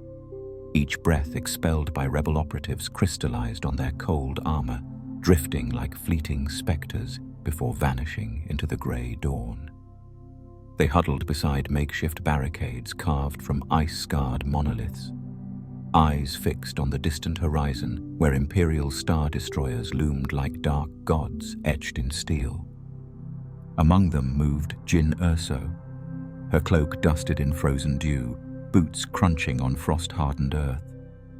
Her gaze cut through the haze as she clutched a data rod hollow flare, a slender cylinder pulsing with the stolen Death Star plans. Within its glowing core lay the map to the Empire's greatest terror, each bit of data a promise of hope and a seed of peril. Around her, the ragtag band of Rogue One operatives prepared for the final gambit, transmitting these blueprints to the waiting rebel fleet. In the command outpost, a hollowed cavern reinforced by blasted concrete, Cassian Andor whispered coordinates into an encrypted comlink. His voice, calm yet taut with urgency, guided the hidden transmitter to a vantage point atop a jagged ridge. There, the data rod's luminescence would pierce the static of Imperial jamming fields, reaching the rebel command ship lurking beyond Eardu's ion storms. K2SO patrolled the trench's rim, dim emergency lights tracing his angular frame. He scanned for Imperial patrols, his mechanical eyes reflecting the soft whites and silvers of frost-choked trenches. Each pass brought him closer to an excavation site where rebel engineers had excavated ancient cables, linking them to the impromptu transmitter. They labored beneath flickering lanterns, fingers numb but resolute, weaving power conduits that would carry the data rod's signal across the void. Behind Jyn, Baze Malbus knelt by a damaged uplink, reinforcing broken circuits with coded suppressors. His breath came in visible puffs, every exhalation a testament to exhaustion and resolve. He glanced at Chirrut Imwe, who stood in meditative calm amid the storm. Though sightless, Chirrut's senses reached through the fog. He murmured ancient refrains beneath his breath, phrases of faith meant to steady trembling hearts and guide the data rod's light through darkness. The moment arrived as the first storm winds of Eardu whipped through the trench network. Snowflakes, fine as stardust, danced in the swirling ether, each sparkle a silent witness to the rebels' sacrifice. Jyn gripped the data rod holoflare like a birthing star, placing it within the transmitter's cradle. Her fingertips brushed the cold metal, and for an instant, she felt the weight of every world awaiting salvation. Cassian's voice crackled. "Now, Jyn, transmit." She nodded, steeling herself as she activated the holoflare's core. A beam of pale blue light shot upward, cutting through the swirling mists and striking the heavens like a beacon of defiance. Data streamed in endless arcs through the cold air, each packet carrying the Death Star's secrets toward freedom. While the rebels watched the spectacle, their hearts trembled between hope and dread. Hope that the plans would arrive, dread that the Empire would notice. Imperial alarms shattered the hush. Twin TIE fighters dove through the mist, waking the sky with staccato strafing runs that sent snow drifting across frozen surfaces. Explosions blossomed like suns in miniature, illuminating the trench walls in fleeting bursts of gold and ash. Baze and Chirrut sprang into cover as blaster fire rattled concrete panels, while K2SO leapt forward, blaster rifle raised to shield the engineers completing their work. Above the storm-scarred ridge, 3 X-wings breached the gloom. Their engines hummed like hummingbirds, tasting nectar in reverse. Wings angled to exploit newly cleared footholds in the jamming field. As they broke through, each received the data stream and relayed it onward, first to Red Squadron, then across the rebel network. In the rain of blaster fire and fury, Jyn Erso stood defiantly before the storm. She met Cassian's determined gaze and offered a faint, sorrowful smile. No words passed between them, only shared acknowledgement of mission's final price. Across the trench, Baze pressed a hand to his chest in salute. Chirrut bowed, whispering, "The Force is strong with us." When the last packet pulsed free, Jyn activated her personal detonator. A hidden charge beneath the transmitter core detonated in a thunderous roar, shattering the rugged peak and severing the sensor masts. The ridge collapsed in a cascade of ice and rock, effortlessly erasing any trace of the rebels' presence. Within the vortex of destruction, Jyn's silhouette wavered, an ember swallowed by the storm. Cassian and his team deployed escape pods, hearts heavy as they launched into dusk-tinted heavens. K-2SO's last transmission crackled through the comm. "Goodbye, Master Urso!" As the pods arced toward the rebel fleet, a single tear, unfrozen by sorrow, traced Jyn's cheek. Even as the world collapsed around her, she felt the holoflare's light ascend beyond the storm, reaching free worlds bound by hope. In that final sacrifice, the Death Star's blueprint flew across the stars, igniting the spark that would become the Galactic Civil War's fiercest beacon of resistance. On the desert world of Tatooine, twin suns dipped toward the horizon, painting endless dunes in soft bands of gold and ember. Heat shimmered above the sands like rippling mirages, and the horizon's curve was a gentle promise of worlds beyond. In a modest moisture farm, young Luke Skywalker knelt beside a battered droid whose dome caught the dying sunlight. R2-D2's gleaming panels radiated a faint golden glow, trembling with encoded pleas for help. Luke dusted sand from the astromech's shoulders as C-3PO's anxious voice crackled through the yard. "Oh dear, Master Luke, the message is quite urgent. Princess Leia's plea. Everyone is in terrible danger." The golden protocol droid's eyes widened, shimmering with reflection. Luke's heart skipped. He had heard rumors of a hidden rebellion, but never this direct call. He wound the holoprojector gingerly, and Leia's image shimmered into view. Her face, framed by braided hair and defiance, carried the weight of countless lives. "Help me, Obi-Wan Kenobi. You're my only hope," she whispered, eyes bright in the wavering light. The projection crackled with emotion, her voice soft yet resolute. "If you're not with him, then you're my enemy." The plea echoed around the yard like a calling wind across silent sands. Luke's pulse thundered as he rewatched the fevered words.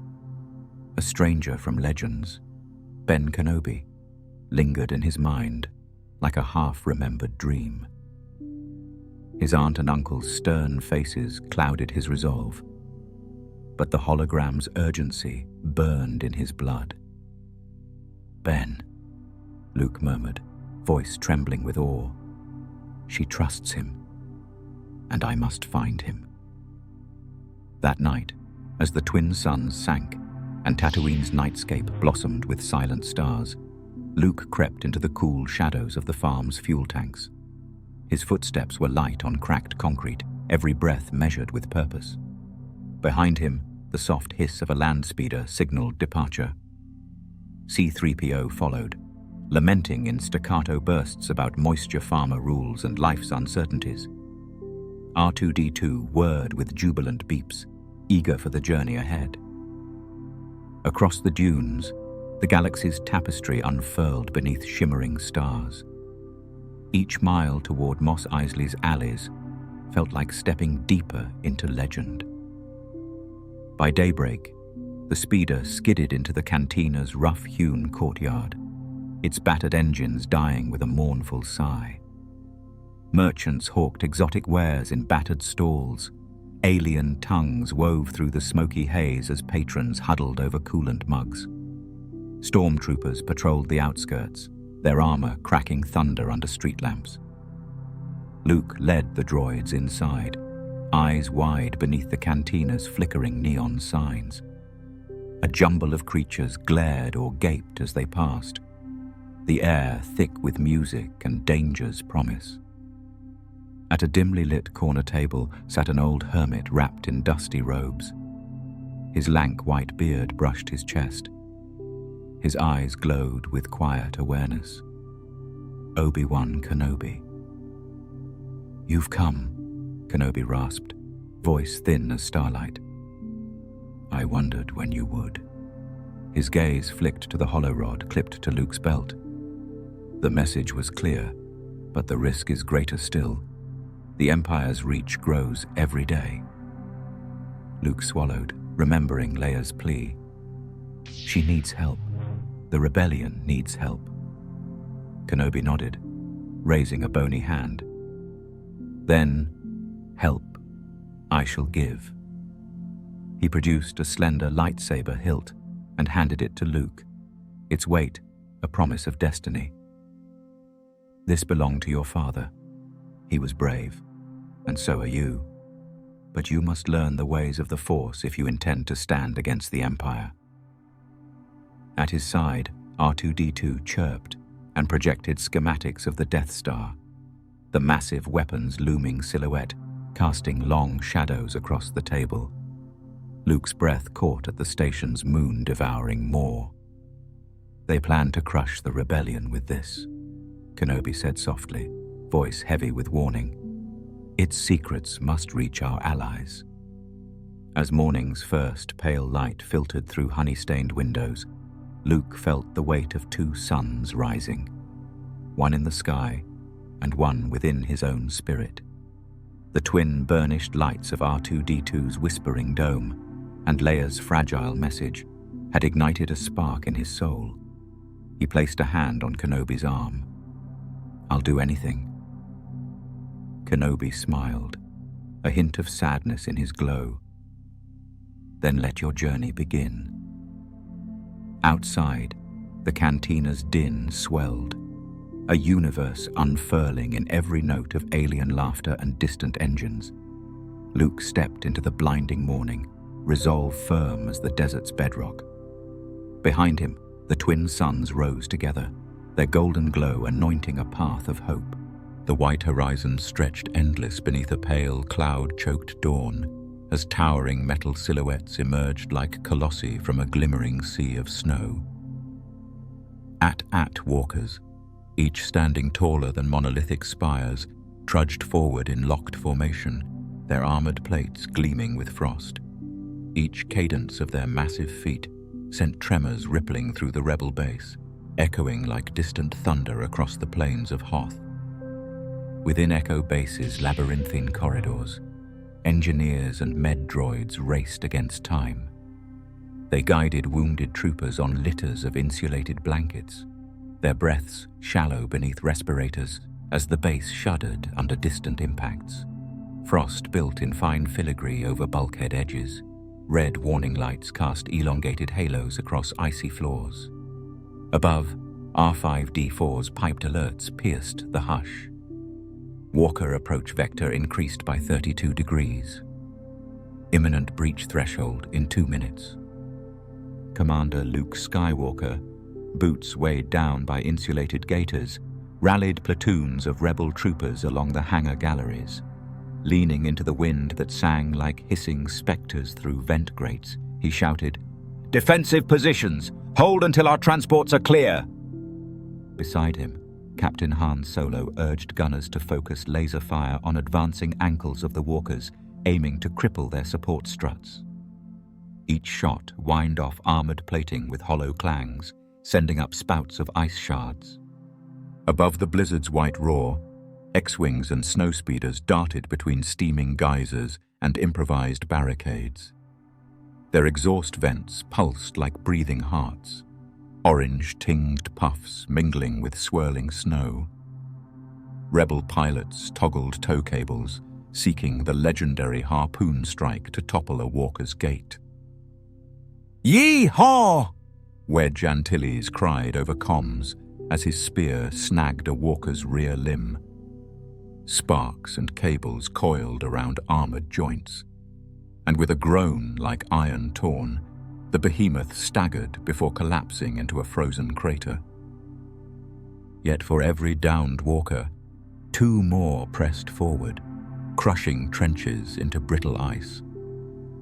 In the command hub, Mon Mothma's calm hologram flickered with concern as General Karlist Riken relayed status updates.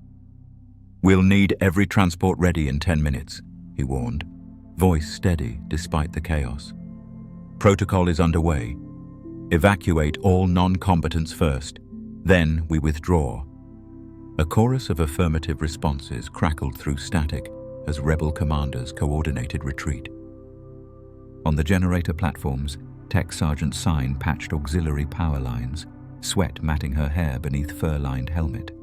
Sparks arced as she fused coolant conduits to reroute reserve energy to the main deflector shields. Behind her, Luke burst through the hatch, breath visible in short white puffs. "Sign, status," he called. She traced red feed lines with nimble fingers. 42% on shield reinforcement. 2 minutes and counting, Lieutenant.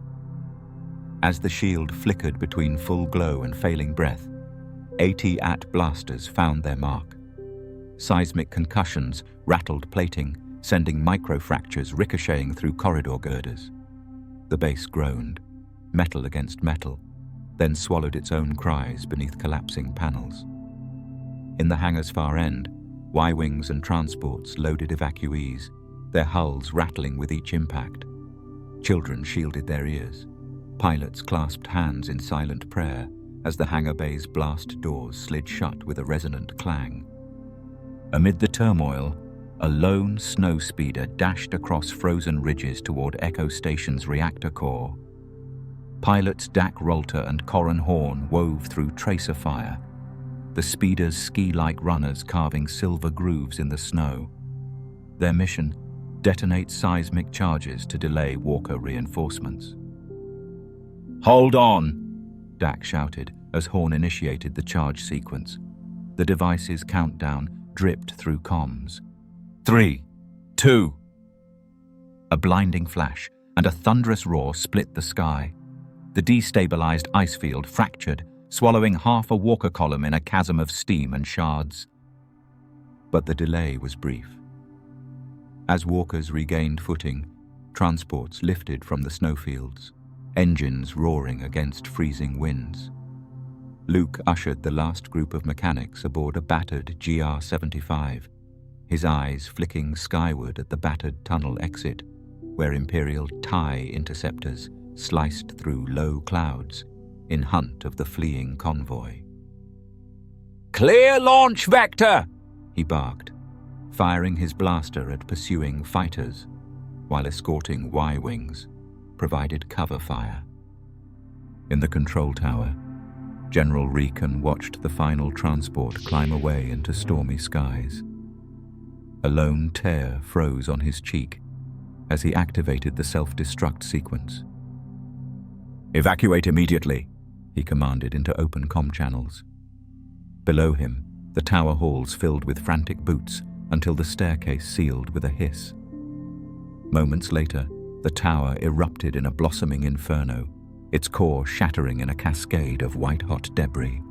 As the shattered remains of Echo Base collapsed beneath the snow's relentless embrace, rebel transports pierced the blizzard's veil.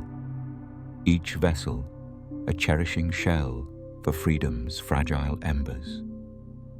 The walkers halted before the charred remnants, their crews scanning for survivors among smoking trenches.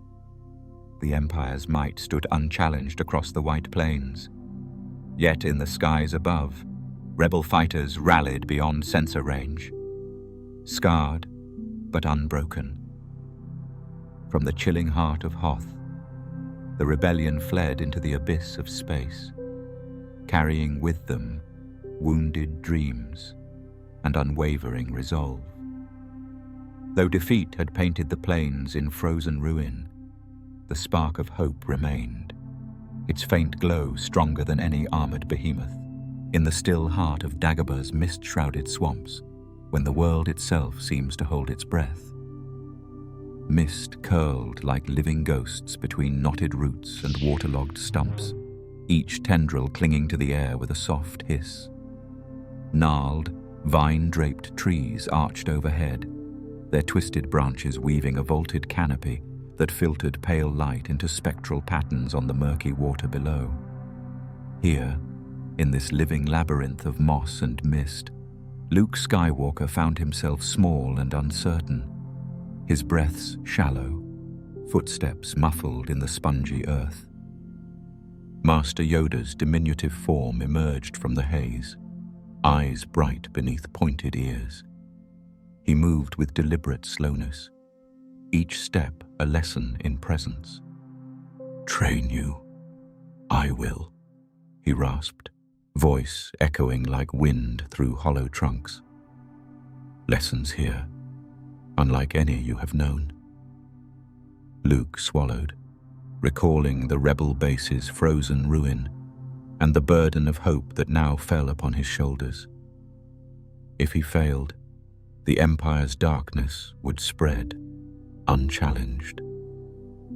Their first trial began at a stagnant pool, veiled in greenish fog. Yoda held aloft a single, luminous orb of water in his palm, its surface rippling in defiance of gravity. "Lift it, you must," he instructed, eyes twinkling with challenge. Luke squared his jaw, concentrating on the orb's faint pulse. For moments, nothing stirred but the whisper of dripping water. The orb remained tethered to its pool by unseen chains. Luke's frustration mounted as sweat beaded on his brow. When he finally reached out, the orb flickered and sank beneath murky depths. "Patience, young Skywalker," Yoda chided gently. He pressed a hand to his wizened chest. "Feel the force's flow, not with strength of body, but with strength of spirit." Encouraged, Luke closed his eyes and inhaled the swamp's damp perfume. He sensed life in every droplet, every whisper of air. With that inner calm, he extended his will. The orb reappeared, hovering inches above the water's surface, soft light against the gloom. Luke opened his eyes in awe as it settled into his palm, ripples of triumph echoing through the swamp's hush. Their next test lay beyond a grove of hollowed trunks, where sunlight never pierced. In the gloom, Yoda guided Luke to a weathered vine, its sinewy coils half submerged in the mire. "Climb," the master commanded, voice barely more than a murmur. Not with muscle, but with mind. Luke grasped the vine's slick fibers, struggling as each movement sent tremors through the vine. Halfway up, it quivered violently, threatening to fling him into the fetid water below. Fear coiled around his heart, memories of past battles and lost comrades surging like a tide. Yoda's voice cut through the panic. "Fear leads to anger, anger to hate, hate to suffering." Luke paused, recalling Obi-Wan's warning and the path of his own father. Drawing breath, he exhaled his fear into the night air, dissolving it like mist at dawn.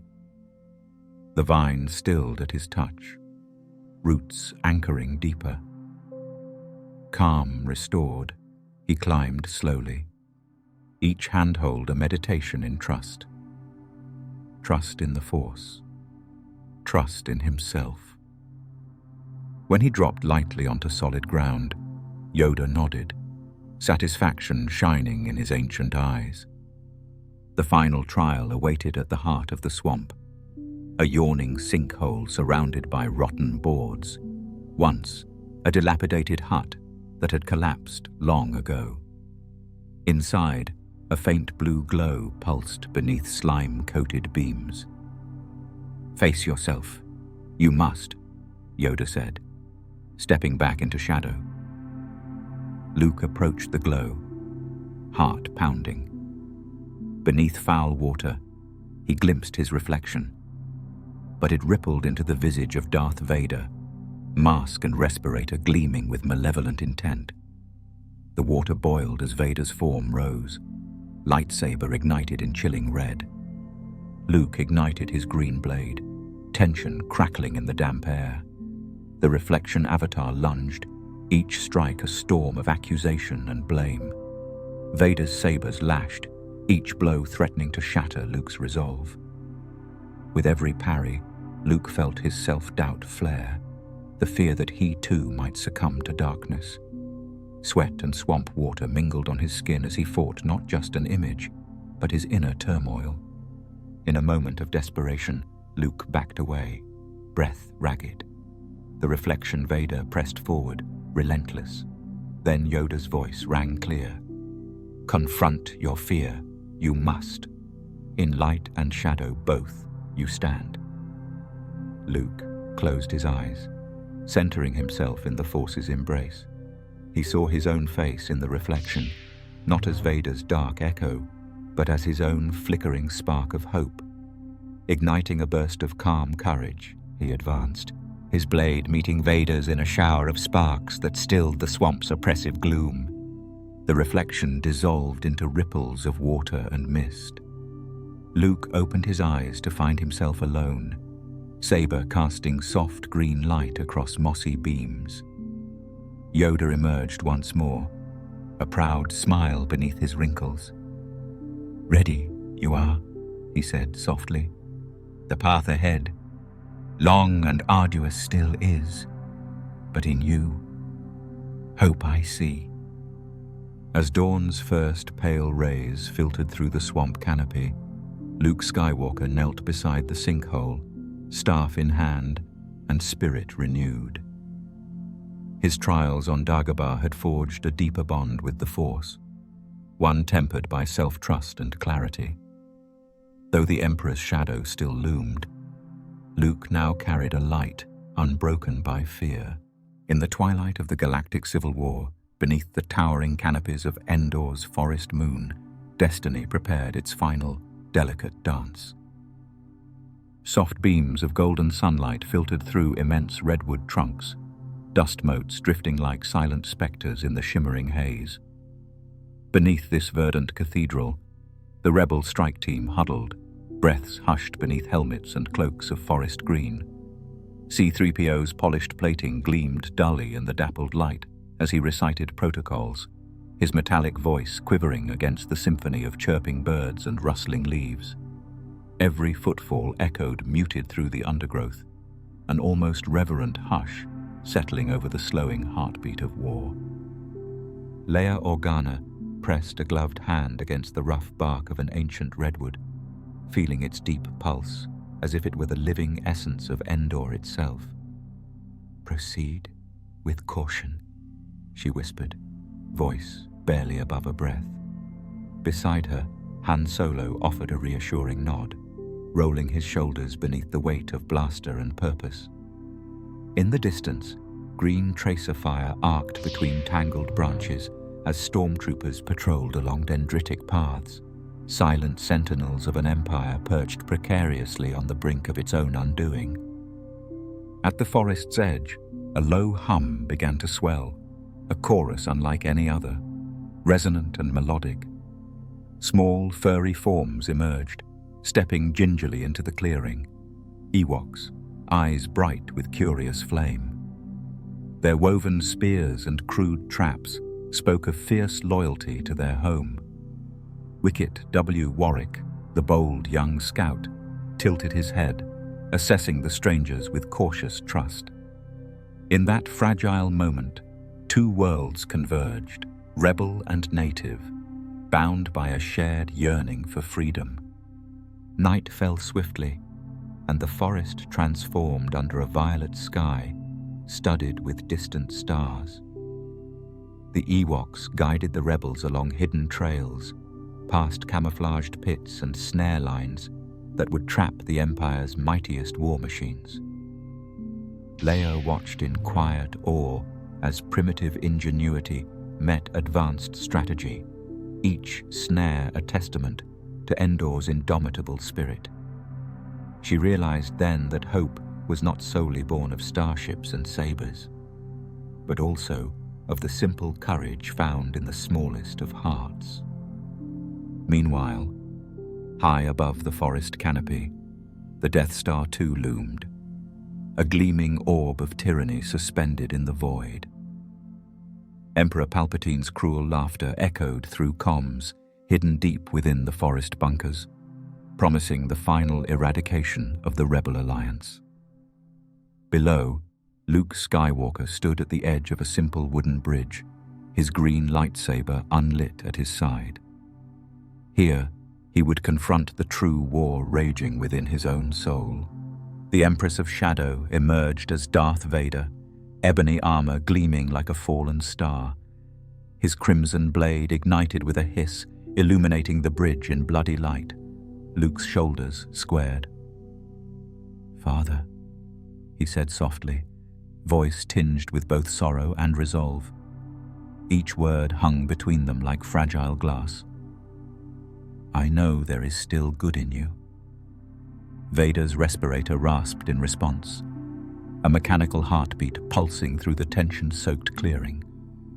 Steel sang against steel as father and son clashed, green and red blades carving arcs of light through the mists.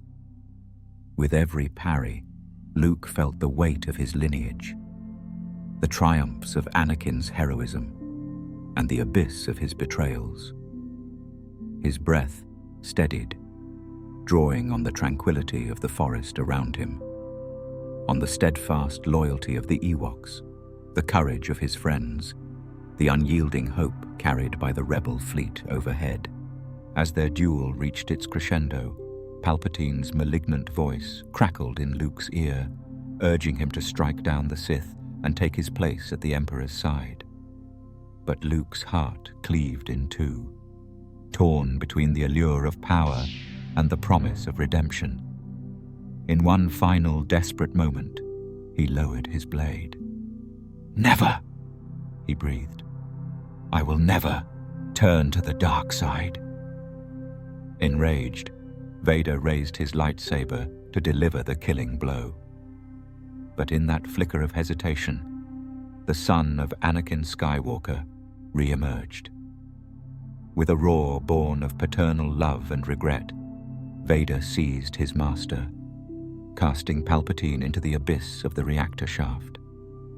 The Emperor's screams dissolved into the hum of collapsing machinery as Vader, mortally wounded by the arcane energies, fell beside Luke. Moments later, the forest trembled with triumphant cheers as rebel ships unleashed volleys of proton torpedoes against the Death Star's exposed reactor. A blinding flare of golden light erupted as tyranny crumbled. Down below, Ewoks danced beneath falling embers, their joyous cries mingling with the rebel fanfare. Luke knelt beside his dying father, removing the mask to reveal the fading eyes of Anakin Skywalker. In that quiet farewell, father and son shared a final peace. "You were right," Vader whispered, warmth rekindled in his final words. "You were right about me." And then, bathed in the soft glow of Endor's moonlight, Anakin Skywalker slipped into the Force. Among the dancing lights and echoing cheers, Luke raised his father's mask aloft, an emblem of redemption forged in love. The galaxy exhaled, its heart unshackled from the darkness. Yet as the forest night pressed onward, Luke knew that this victory, though radiant, was but a single chapter in the vast chronicle of the Force. In the golden haze of dawn's first light, the galaxy exhaled a breath long held in fear. Mist drifted through the shattered corridors of the Emperor's throne room, where crushed pillars and splintered vitals of arcane machinery lay strewn like the carcass of a dying starship. The Force felt different here, no longer a tense thrumming of dark will, but a gentle current of renewal whispering through fractured hololiths. Leia Organa stood upon the debris-strewn dais, ceremonial cloak exchanged for the simple regalia of a senator. Beside her, Mon Mothma's eyes glistened with tears of triumph and sorrow, reflections of a galaxy poised between remembrance and rebirth. Below them, in the once oppressive gallery of whispering holocrons, rebel heroes gathered. Han Solo leaned against a broken console, arms folded, a wry half-smile shadowed by fatigue. Chewbacca rumbled a low roar of celebration, lofting C-3PO shoulder high in congratulatory salute. Around them, smugglers turned soldiers, diplomats turned statesmen, every face lit by the soft luminescence of victory born through sacrifice. As the twin suns of Endor crested the horizon, their warm light spilled through shattered durasteel, illuminating the ruined throne. The Emperor's ornate seat, once a symbol of unyielding tyranny, now lay overturned, its ruby emblems dulled by storm-tossed rain. In that moment, the spectacle of destruction gave way to a promise. The galaxy's cruel hierarchies had crumbled, and from the ashes, a new order would arise. On Chandrila, planetary capital of the fledgling Republic, the Senate convened beneath vaulted chambers restored by countless hands.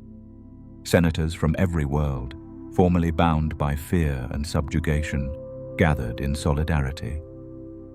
Mon Mothma presided, her voice ringing clear and calm. "Today, we reclaim our destiny," she intoned, "not as conquerors, but as stewards of freedom and justice." Murmurs of assent rippled through the assembly, hushed hope blossoming like wildflowers in spring. Far from the marble halls, in hidden alcoves and repurposed star fortresses, rebuilding began. Engineers from Ryloth and Naboo collaborated to restore supply lines severed by war. Pilots of the Home One fleet charted courses to orphaned worlds, delivering medical droids and relief rations. On Jeddah, scholars reopened ancient temple archives, their candle-lit sanctums once again alive with the murmur of hollows and the rustle of turning pages. Even the fractured remnants of the Imperial Navy offered their services to decommissioned superweapons, transmuting instruments of destruction into generators for orphanages and asteroid mining vessels. Yet amid these hopeful stirrings, grief lingered like a shadowed memory. Leia walked the glade where Ewoks had danced beneath falling embers, touching the carved tree to recall her fallen friends. The absence of Han's laughter echoed softly in her chest. Luke Skywalker, his green saber sheathed, stood at the edge of the ceremony on Endor, head bowed in silent meditation. He felt the weight of lives lost, the whispered regrets of clone troopers, the silent sacrifices of unsung foot soldiers, and vowed their echoes would guide the new Republic's moral compass. In moments stolen from pomp and protocol, the rebel heroes found solace in each other's company. Lando Calrissian toasted in the royal banquet hall of Naboo, raising a glass of crystalline Corellian wine to the engineers and medics whose quiet heroism had turned the tide. Wedge Antilles charted flight patterns into hollowed Death Star wreckage, mapping scavengers' salvage routes to ensure no fragment of tyranny remained to be refitted. As political factions converged, old wounds flared alongside new alliances. Debate roiled over the fate of imperial worlds. Should Corellia be restored, or must it endure governance by the Senate's Provisional Council? On Ryloth, Twi'lek delegates argued for representation commensurate with wartime contributions.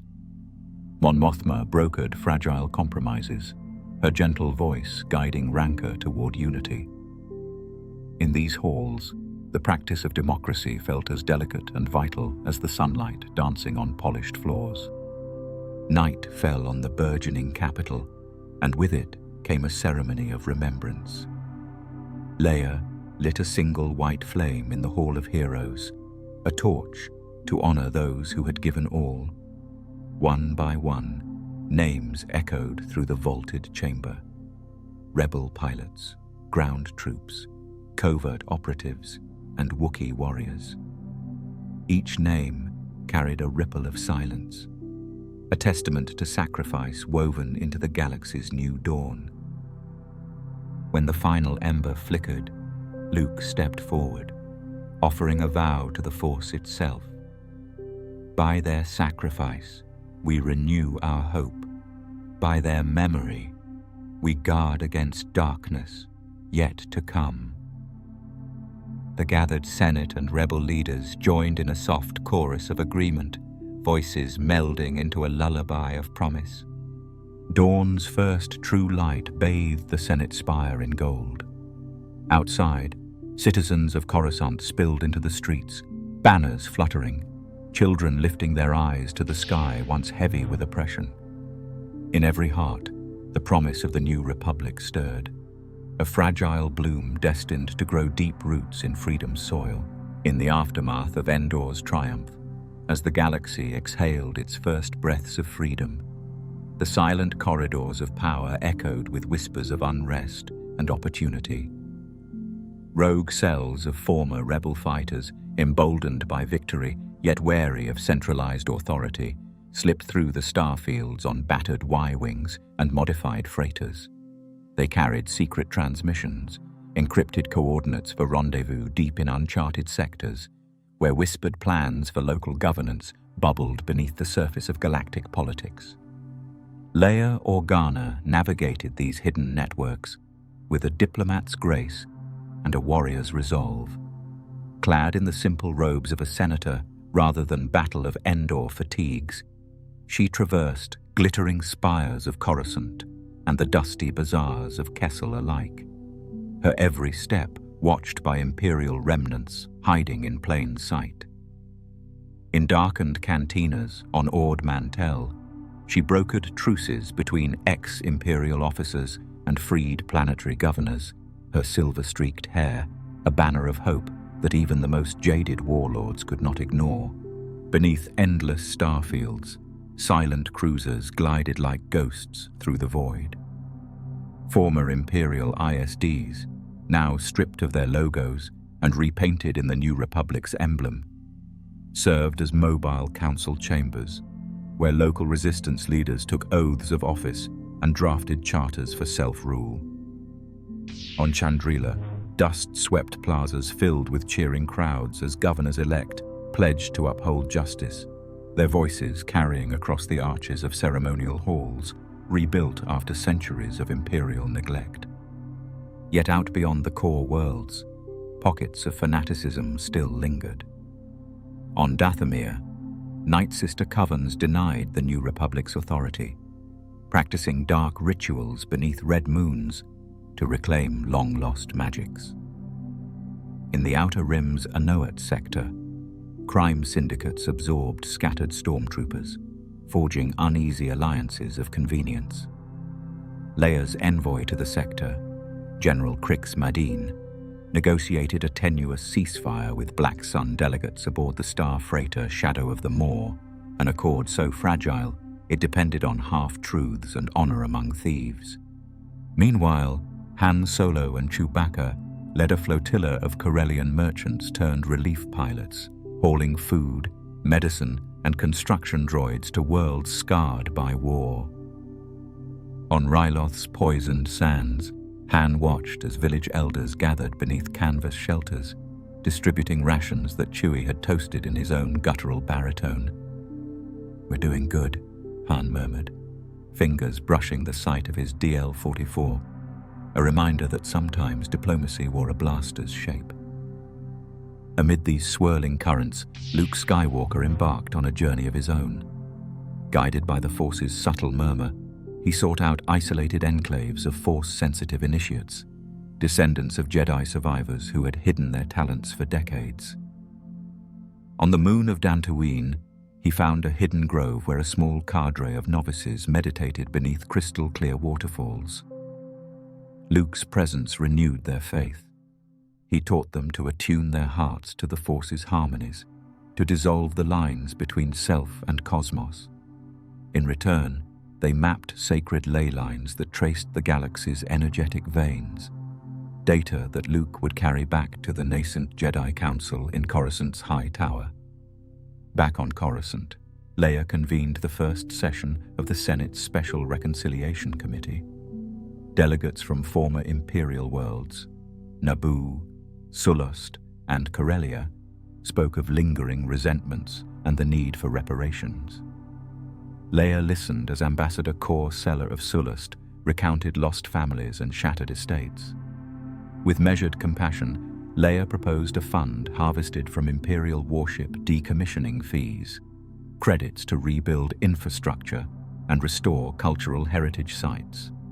The proposal passed by a narrow margin, but it marked a turning point, a recognition that true unity demanded more than shared victory. It required shared responsibility. In the quiet reaches of wild space, small freighter captains whispered tales of mysterious cargo, deteriorating holocrons discovered on Korriban, their Sith inscriptions warning of future darkness. Leia dispatched a secure envoy, Lieutenant Shara Bey, veteran of Hoth and Endor, to retrieve these artifacts before scavengers and relic hunters could exploit them. Shara's mission carried the weight of prophecy. The foreshadowed forks in the galaxy's destiny hung upon the rarest echoes of history. As weeks turned to months, the galaxy's patchwork of alliances and rivalries settled into a fragile mosaic. Silent cruisers still glided through starfields, but now their corridors echoed with debates over trade tariffs, environmental restoration, and the canonical protocols for First-Order fugitives. On Coruscant's Senate Plaza, children played beneath holographic memorials to fallen heroes. Luke's legend, Leia's speeches, Han's daring exploits, immortalized in shimmering projections. Yet beneath every plan for peace, every treaty inked in ceremonial dungeons, the murmurs of dissent persisted. Rogue cells, never entirely defeated, reminded the new republic that vigilance must accompany liberty. And in the darkest depths of the unknown regions, sensors picked up distant subspace fractures, tremors that hinted at unseen forces gathering strength. Leia, standing on the Senate balcony as Coruscant's twin moons rose, allowed herself a moment of reflection. The galaxy had carried her through devastation and ecstasy, through betrayals and reunions. She inhaled the spicy river breeze that trailed across the city's spires, recalling the blood and courage that had birthed this fragile dawn. In her heart, she carried both mourning for the past and hope for tomorrow's tales yet told. In the fragile glow of the New Republic's early years, whispers of ancient Jedi legacy stirred behind closed stone doors.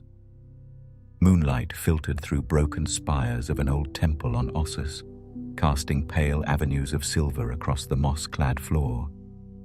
Here, in half-ruined sanctuaries once tended by long-gone Jedi masters, tiny motes of light danced among shattered columns, ethereal beacons to those who still listened to the Force's distant hum. Over centuries, this secluded world had fallen into legend, its holocrons buried in buried vaults, its scrolls scattered across star-lane markets. Yet even as political councils convened on Coruscant and border skirmishes flared in the Outer Rim, a handful of survivors and seekers answered the silent summons of these sacred ruins. Among them slipped Jorah Kell, a former Padawan who had eluded Order 66 by disappearing into the wilds of Dantooine. Cloaked in robes of muted grey, she crept along verdant terraces where vines wove through collapsed archways, unraveling the tomb-like hush. Her fingers brushed a fragment of carved obsidian, a shard of a lightsaber hilt, before she paused, closing her eyes to feel the Force's faint pulse. Somewhere deep within the temple, beyond a labyrinth of overgrown corridors, lay a hall where the scent of ozone and aged parchment still lingered. Kell followed that scent, her heart steady with purpose. In a chamber, half buried by sand and root, a grand mosaic floor bore the long faded crest of the Zepho civilization, their ancient artifice now entwined with Jedi glyphs. Jorah knelt in the center of the pattern, lifting her hand to cradle a floating orb of silvery light. The orb trembled, then blossomed into a holographic vision, the ghostly figure of Master Lene Costana, her form radiating soft blue luminescence. "Remember who you are," Costana intoned, her voice like wind chime echoes. "Carry the torch of balance into dark corners, unseen." Tears of awe coursed down Jorah's cheeks as the vision faded into drifting motes. She gathered her courage, vowing to preserve these echoes of guidance. With careful hands, she excavated a small chest of ivory-etched holocards, each containing fragments of lost Jedi lore. As dawn crept through fissures in the walls, she muffled her breath against the rising chorus of birdsong, slipping away with treasure meant to seed future hope. Far across the core worlds on Coruscant's high tower, Luke Skywalker convened a clandestine council of survivors. Tione Solusar, mourning her fallen partner, Corran Horn, mask-sealed and vigilant, and a young Twi'lek, Shayla Nur, whose lilac skin shimmered beneath the council's soft sconces. Their table, carved from the keel beam of a decommissioned Star Destroyer, was strewn with battered data crystals and half-translated journals. "These fragments," Luke whispered, "hold the lineage of our order." His voice, soothed by the Force, carried conviction beyond the flicker of holoscreens. From these scattered relics, they wove plans for hidden enclaves, secret academies where knowledge could flourish away from prying eyes. On Merca's misty depths and the mountain peak monasteries of Ilum, small groups would train in the old ways. Meditation beneath azure caverns, lightsaber drills under aurora-lit skies. Force ghosts, Anakin Skywalker, Obi-Wan Kenobi, and Yoda himself, would guide them in moments of deepest need, their voices surfacing like soft lanterns in the dark. Though unseen, these spirits would steady trembling hands and kindle courage in wavering hearts. Meanwhile, beyond the Republic's watchful gaze, rumors whispered of a hidden enclave on Korriban's bordereau, a circle of dark apprentices who had never joined Sith ranks, turning instead to study the Force's light in defiance of their homeworld's grim legacy. Zepho explorers reported mysterious lights flickering among ancient tombs, and curious starship captains returned with tales of silent chants and trance-like meditations beneath crimson skies. Whether these seekers served darkness or light remained unclear, but their very existence spoke of the Force's unquenchable pull across moral divides. Back on Coruscant, Leia Organa dispatched envoys to recover recovered artifacts and rescue those who bore the Jedi mark. Diplomatic channels fluttered with coded transmissions, coordinates to forgotten worlds, schedules for stealth transports, and lists of names, some long erased from Republic registries. With each rescue, the galaxy's tapestry of hope widened. Former warriors learned to temper martial skill with compassion, and scholars found purpose in translating ancient dialects that once fell silent. On Ossus, Jorah Kell returned beneath a sky fretted with storm clouds, carrying holocards now bound in weathered leather. In the temple's central atrium, she placed them upon an altar carved with intertwining serpentine vines, symbols of renewal and endurance. As she did, the ruins began to stir. A cascade of moats rose, coalescing into a radiant archway of light. Through that gateway stepped a crown of spectral figures, past Jedi Masters as tall and proud as their living kin. They offered silent blessings, their forms dissolving into countless points of light that drifted skyward like birds, released from sorrow. In that moment, the legacy of the Force transcended time and space. The lineage of light passed from ghost to ghost, from bearer to bearer, ensuring that no shadow, no dark ambition could ever fully sever the bond between knowledge and hope. Even as hidden enclaves flourished and the New Republic's Senate halls echoed with the din of politics, the Force's true guardians stood watch in ruined temples and mountaintop sanctuaries, weaving new tapestries of lore and compassion. In the dawning calm after the Battle of Endor, the galaxy's heartbeat shifted from conflict's drum to the steady pulse of renewal. In the marble halls of Coruscant's grand archives, sunlight danced across vaulted ceilings, illuminating mile upon mile of holocron stacks and data scroll vaults. Archivists, cloaked in muted greys and blues, glided between towering shelves, their fingers brushing ancient databanks etched with swirling mandalas of script. Each holocron whispered of Jedi masters long past, their triumphs and failures, their teachings in balance and compassion. Here, beneath the watchful glow of chandeliered kyber crystals, the first steps on the path to galactic renewal were being recorded, catalogued, and safeguarded. At a polished obsidian table, Master Tion Solusar guided a new generation of Jedi scribes. Her gentle voice wove through the air. Preserve the words, but honor the silence between them. For wisdom often lies not in the teaching, but in the space where the learner listens. Around her, scriveners leaned over their datapads, translating runic High Republic treaties and empty-hand philosophies into the common tongue. From the whispers of the Zepho to the fervent debates of late colony pacifists, every fragment found its place in the archive's ever-growing mosaic. Elsewhere on Ahch-To's storm-lashed cliffs, distant rumors spoke of a hidden monastery dedicated to those who had walked the Jedi path. Though Luke Skywalker had departed years earlier, seeking to rebuild on remote worlds, his disciples, drawn by the Force's subtle call, now hinted at a reawakening among Ahch-To's stone doorways etched with ancient runic glyphs. Ship captains reported glimmers of lotus-shaped lanterns within cavernous courtyards, while the island's native caretakers spoke of hooded figures chanting beneath the whistling winds. Whether these monastics were Jedi in exile or seekers drawn by legend, their presence suggested that even the galaxy's farthest reaches partook in the journey toward harmony.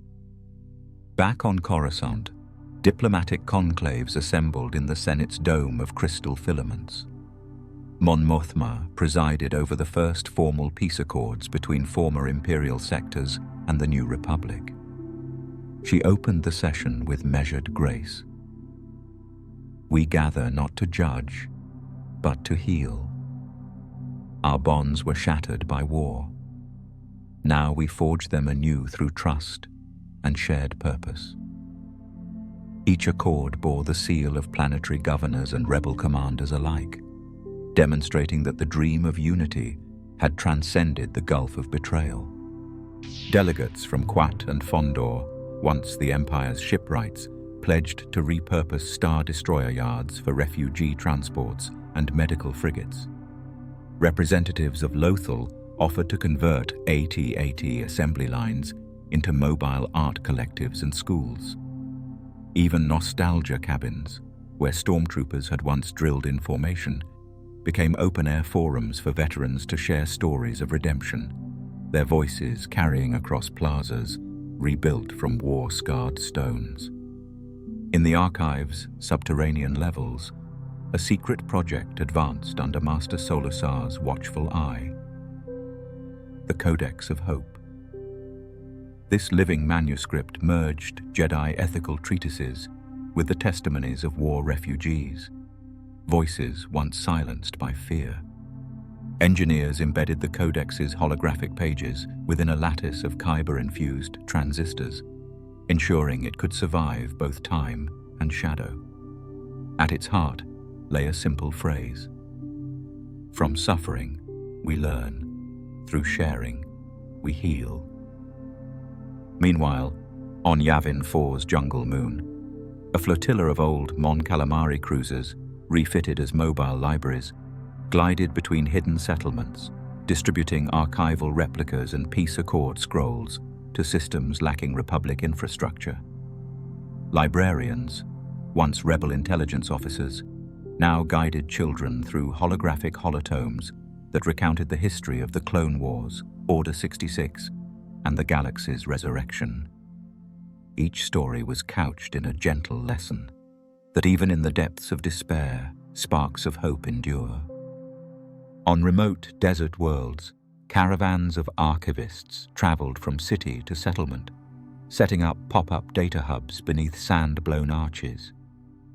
They recorded oral histories in dozens of dialects: the lament of Tatooine's moisture farmers, the eulogies of Onderonian priests, the lullabies of Naboo's children. In every anecdote lay a shard of truth, an ember of shared experience that would fuel the galaxy's collective memory. As the peace accords took root, former battlefields were consecrated as gardens of remembrance. Endor's forest moon hosted the first, its glade of ancient redwoods ringed by statues of fallen heroes. Luke Skywalker's green saber passed down as a ceremonial torch, its light a beacon of vigilance against darkness. Leia Organa, now both senator and stateswoman, presided over its dedication, her voice steady as she spoke of loss and promise intertwined. And so, as stone doorways carved with Jedi runes stood sentinel on distant cliffs, and the Codex of Hope glowed in the grand archives, the galaxy embarked on its path to renewal. Each preserved holocron and signed treaty wove threads of learning and forgiveness into the grand tapestry of history. Though challenges lingered on the horizon, skeptics in the Senate, hidden cults in the unknown regions, the fledgling Republic set its sails toward a horizon bright with possibility. The fledgling Republic spreads its wings, but new challenges await. In the first light of the new Republic's dawn, hope glinted like polished kyber through the golden filigree of Coruscant's Senate Hall.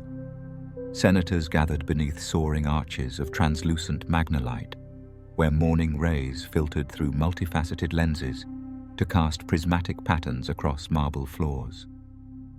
Olive branch emblems, hand-forged in Chandrilan silver, adorned every column, their soft curves a silent promise of peace after years of war. Mon Mothma stood at the head of the chamber, her robes whispering against polished durasteel as she surveyed the assembly.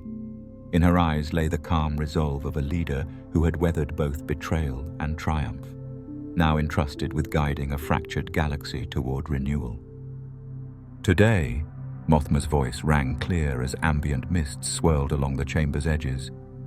We bind ourselves not by fear, but by mutual respect and shared purpose. Each word resonated through the vaulted space, mingling with the hushed hum of a distant starliner overhead.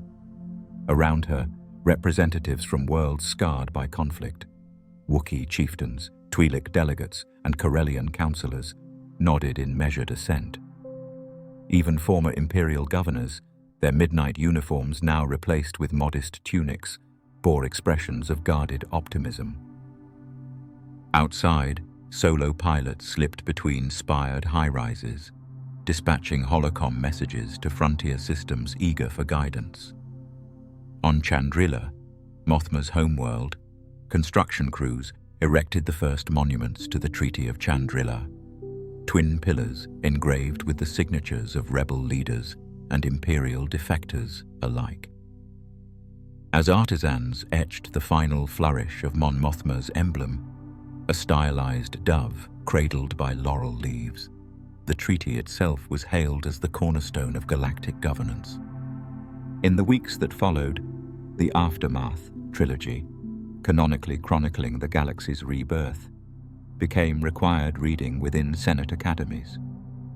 Archive keepers in Coruscant's Grand Library catalogued passages describing the uneasy truce between the nascent government and scattered imperial remnants. These texts, once dismissed as speculative fiction, now served as strategic guides for reconciliation teams, their lessons on trust and vigilance woven into training modules for new diplomats. Within the Senate's marble corridors, Mothma hosted private council with advisors drawn from diverse traditions. Admiral Akbar, his eyes deep with oceanic wisdom, spoke of converting decommissioned star destroyers into humanitarian vessels. Leia Organa contributed insights from her diplomatic missions, advocating for the inclusion of former rebel cells in provisional governance councils. Together, they drafted the Charter of Collective Security, a binding agreement stipulating that no world could unilaterally maintain capital ships without Senate approval. Beyond politics, cultural renewal flourished.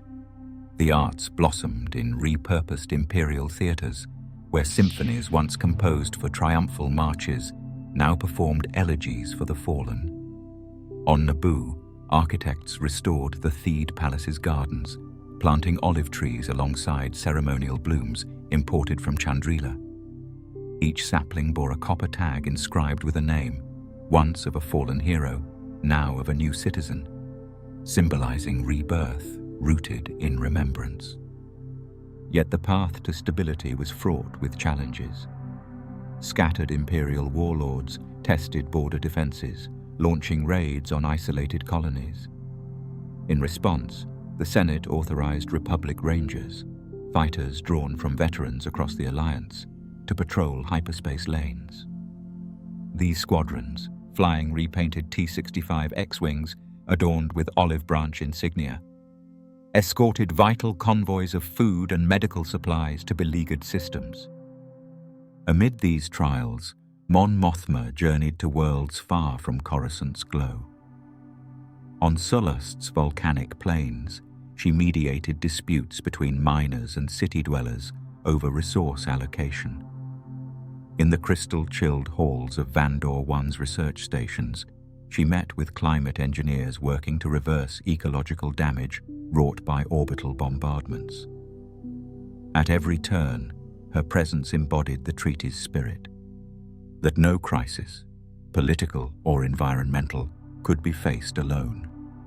Back on Coruscant, the newly established Council of Historians convened beneath frescoed ceilings depicting the galaxy's tumultuous past. Charged with preserving both heroic and tragic narratives, the Council curated exhibits blending hollow archives of the Clone Wars, Order 66 first-hand accounts, and survival stories from hidden Jedi enclaves. Their flagship display, Phoenix Rising, traced the Republic's fall and rebirth through interactive holotomes, inviting citizens to witness history's cyclical embrace of hope. As the first anniversary of the treaty approached, grand celebrations unfurled across the core worlds. On Chandrila's capital lawn, Mon Mothma planted an olive sapling beside her own childhood home, turning soil rich with memories into living testament. Leia, Han, and Luke stood by her side, icons of a generation who had carried light through darkness, each understanding that peace required constant tending. In the Senate hall's golden light, Mothma addressed the assembly once more. Let this anniversary remind us that unity is not ordained, it is earned day by day. Her gaze swept the chamber, alighting on faces both familiar and new. As long as we labor together, guided by the lessons of our shared past, the new Republic will endure. Beyond the chamber's arched windows, rising dawn painted Coruscant's skyline in shades of rose and amber. Olive branch banners fluttered gently in the breeze, heralding a future shaped by consensus rather than conquest. And as the galaxy stirred awake, its people carried with them the treaty's promise, that even after the deepest night, a dawn of renewal would always come. In the smouldering twilight of Narkina V's industrial wastelands, when the twin moons hung low and the factory's forges cast ember glows across ash-choked skies, mandibles of rusted smokestacks groaned against cold night winds, belching soot that dusted every surface like funeral ash. Beneath this iron heavenscape, Cassian Andor moved with purposeful stealth, cloak drawn tight around lean shoulders. His breaths came slow and even, each exhale dissolving into the haze. Around him, scavengers and technicians, once loyal foot soldiers of an empire's war effort, drifted through narrow alleys, their faces gaunt, eyes wary of Republic patrols rumored to lurk beyond the scrap-choked barricades. Cassian slipped into the Iron Reef Cantina, its entrance framed by half-buried cargo crates patched with repurposed durasteel. Inside, the air was thick with smoke and spiced liquor. Lanterns cast flickering halos over tables scarred by clever blade etching. A four-armed Deveronian bartender polished a cracked mug, glancing sidewise as Cassian approached. With a nod of recognition, the bartender slid a steaming mug of Glackroot tea down the bar, its bitter aroma masking whispers and secrets. Cassian's eyes scanned the room, a Corellian spacer haggling over smuggled hyperfuel, a pair of coaxium runners comparing wrist-mounted nav configs, and in the corner, a hooded Quarren tracing coiling lines on a datapad. He settled onto a stool, lowering his voice to a gravel-toned murmur as he spoke into a concealed comm chip. "Update?" he breathed. Static crackled. "Route's clear for tonight," came the reply. "Imperials hunting East Sector hard. Might slip through under cover of refinery fire." Cassian nodded, paying the bartender in a cluster of cred sticks that gleamed like stolen starlight. Outside, through grimy portholes, he spotted his contact, a lanky Twi'lek named Jira, crouched by a hidden airlock leading into the smelting quarter. Exiting into the sulfur-tinged night, Cassian approached Jira's crouched form. Her head-tails twitched with nervous energy. "They moved the coilers," she hissed, voice low. "Forges 3 and 4 now run 24-hour cycles. We've got windows during vent cycles, but only minutes to slip past their sensors." Cassian's jaw tightened. Time was always the enemy. "Show me," he said, unfolding a hollow map of the refinery's layout. Together they traced narrow access shafts and ventilation ducts, their fingers brushing over toxic-resistant seals, and cargo hold choke points, where whispered shipments of arms and medicine would change hands. In the distance, the forges roared to life, sending shockwaves through the ground like distant thunder. Cassian led Jira through a maze of catwalks and grated walkways, each step a test of balance and resolve. He recalled his first mission here, a desperate raid to free political dissidents locked in the industrial complex's labor camps. That operation had cost dozens of lives, yet seeded the spark of resistance that now spread like wildfire through frontier systems. Tonight, that spark would light a new flame. They reached the hidden airlock, a cylindrical door half-harnessed with spare piping. Jira typed a sequence on a worn keypad. The lock whirred and hissed open. A gust of superheated air escaped, carrying the stench of molten metal. Beyond lay a dimly lit corridor, where crates of unregistered blaster carbines and medical synth packs waited under the watchful eyes of lean resistance fighters. Cassian's heart sank at the sight of ragged uniforms and hollow gazes, but steeled when he saw the glimmer of hope in their stance. Quietly, he addressed the assembled cell. "Tonight, we strike a blow against the Empire's chokehold on this world," he whispered. "These supplies will arm you. These medicines will heal you. And when the forges darken at dawn, you will broadcast our manifesto across Narkina V's comnet. calling every free soul to rise. A murmur of agreement rippled through the group, eyes brightening as they touched blasters and murmured oaths of allegiance. Outside, the night trembled with approaching Imperial skiffs. Red searchlights cut through the haze like predatory eyes. Cassian pushed forward, delivering final orders. When I signal, you release the fuel lines in Bay 7, create chaos, move north, past the smelters, and rendezvous at Beacon 3. He paused, placing a hand on Jira's shoulder. Be ready. She nodded, determination firming her features.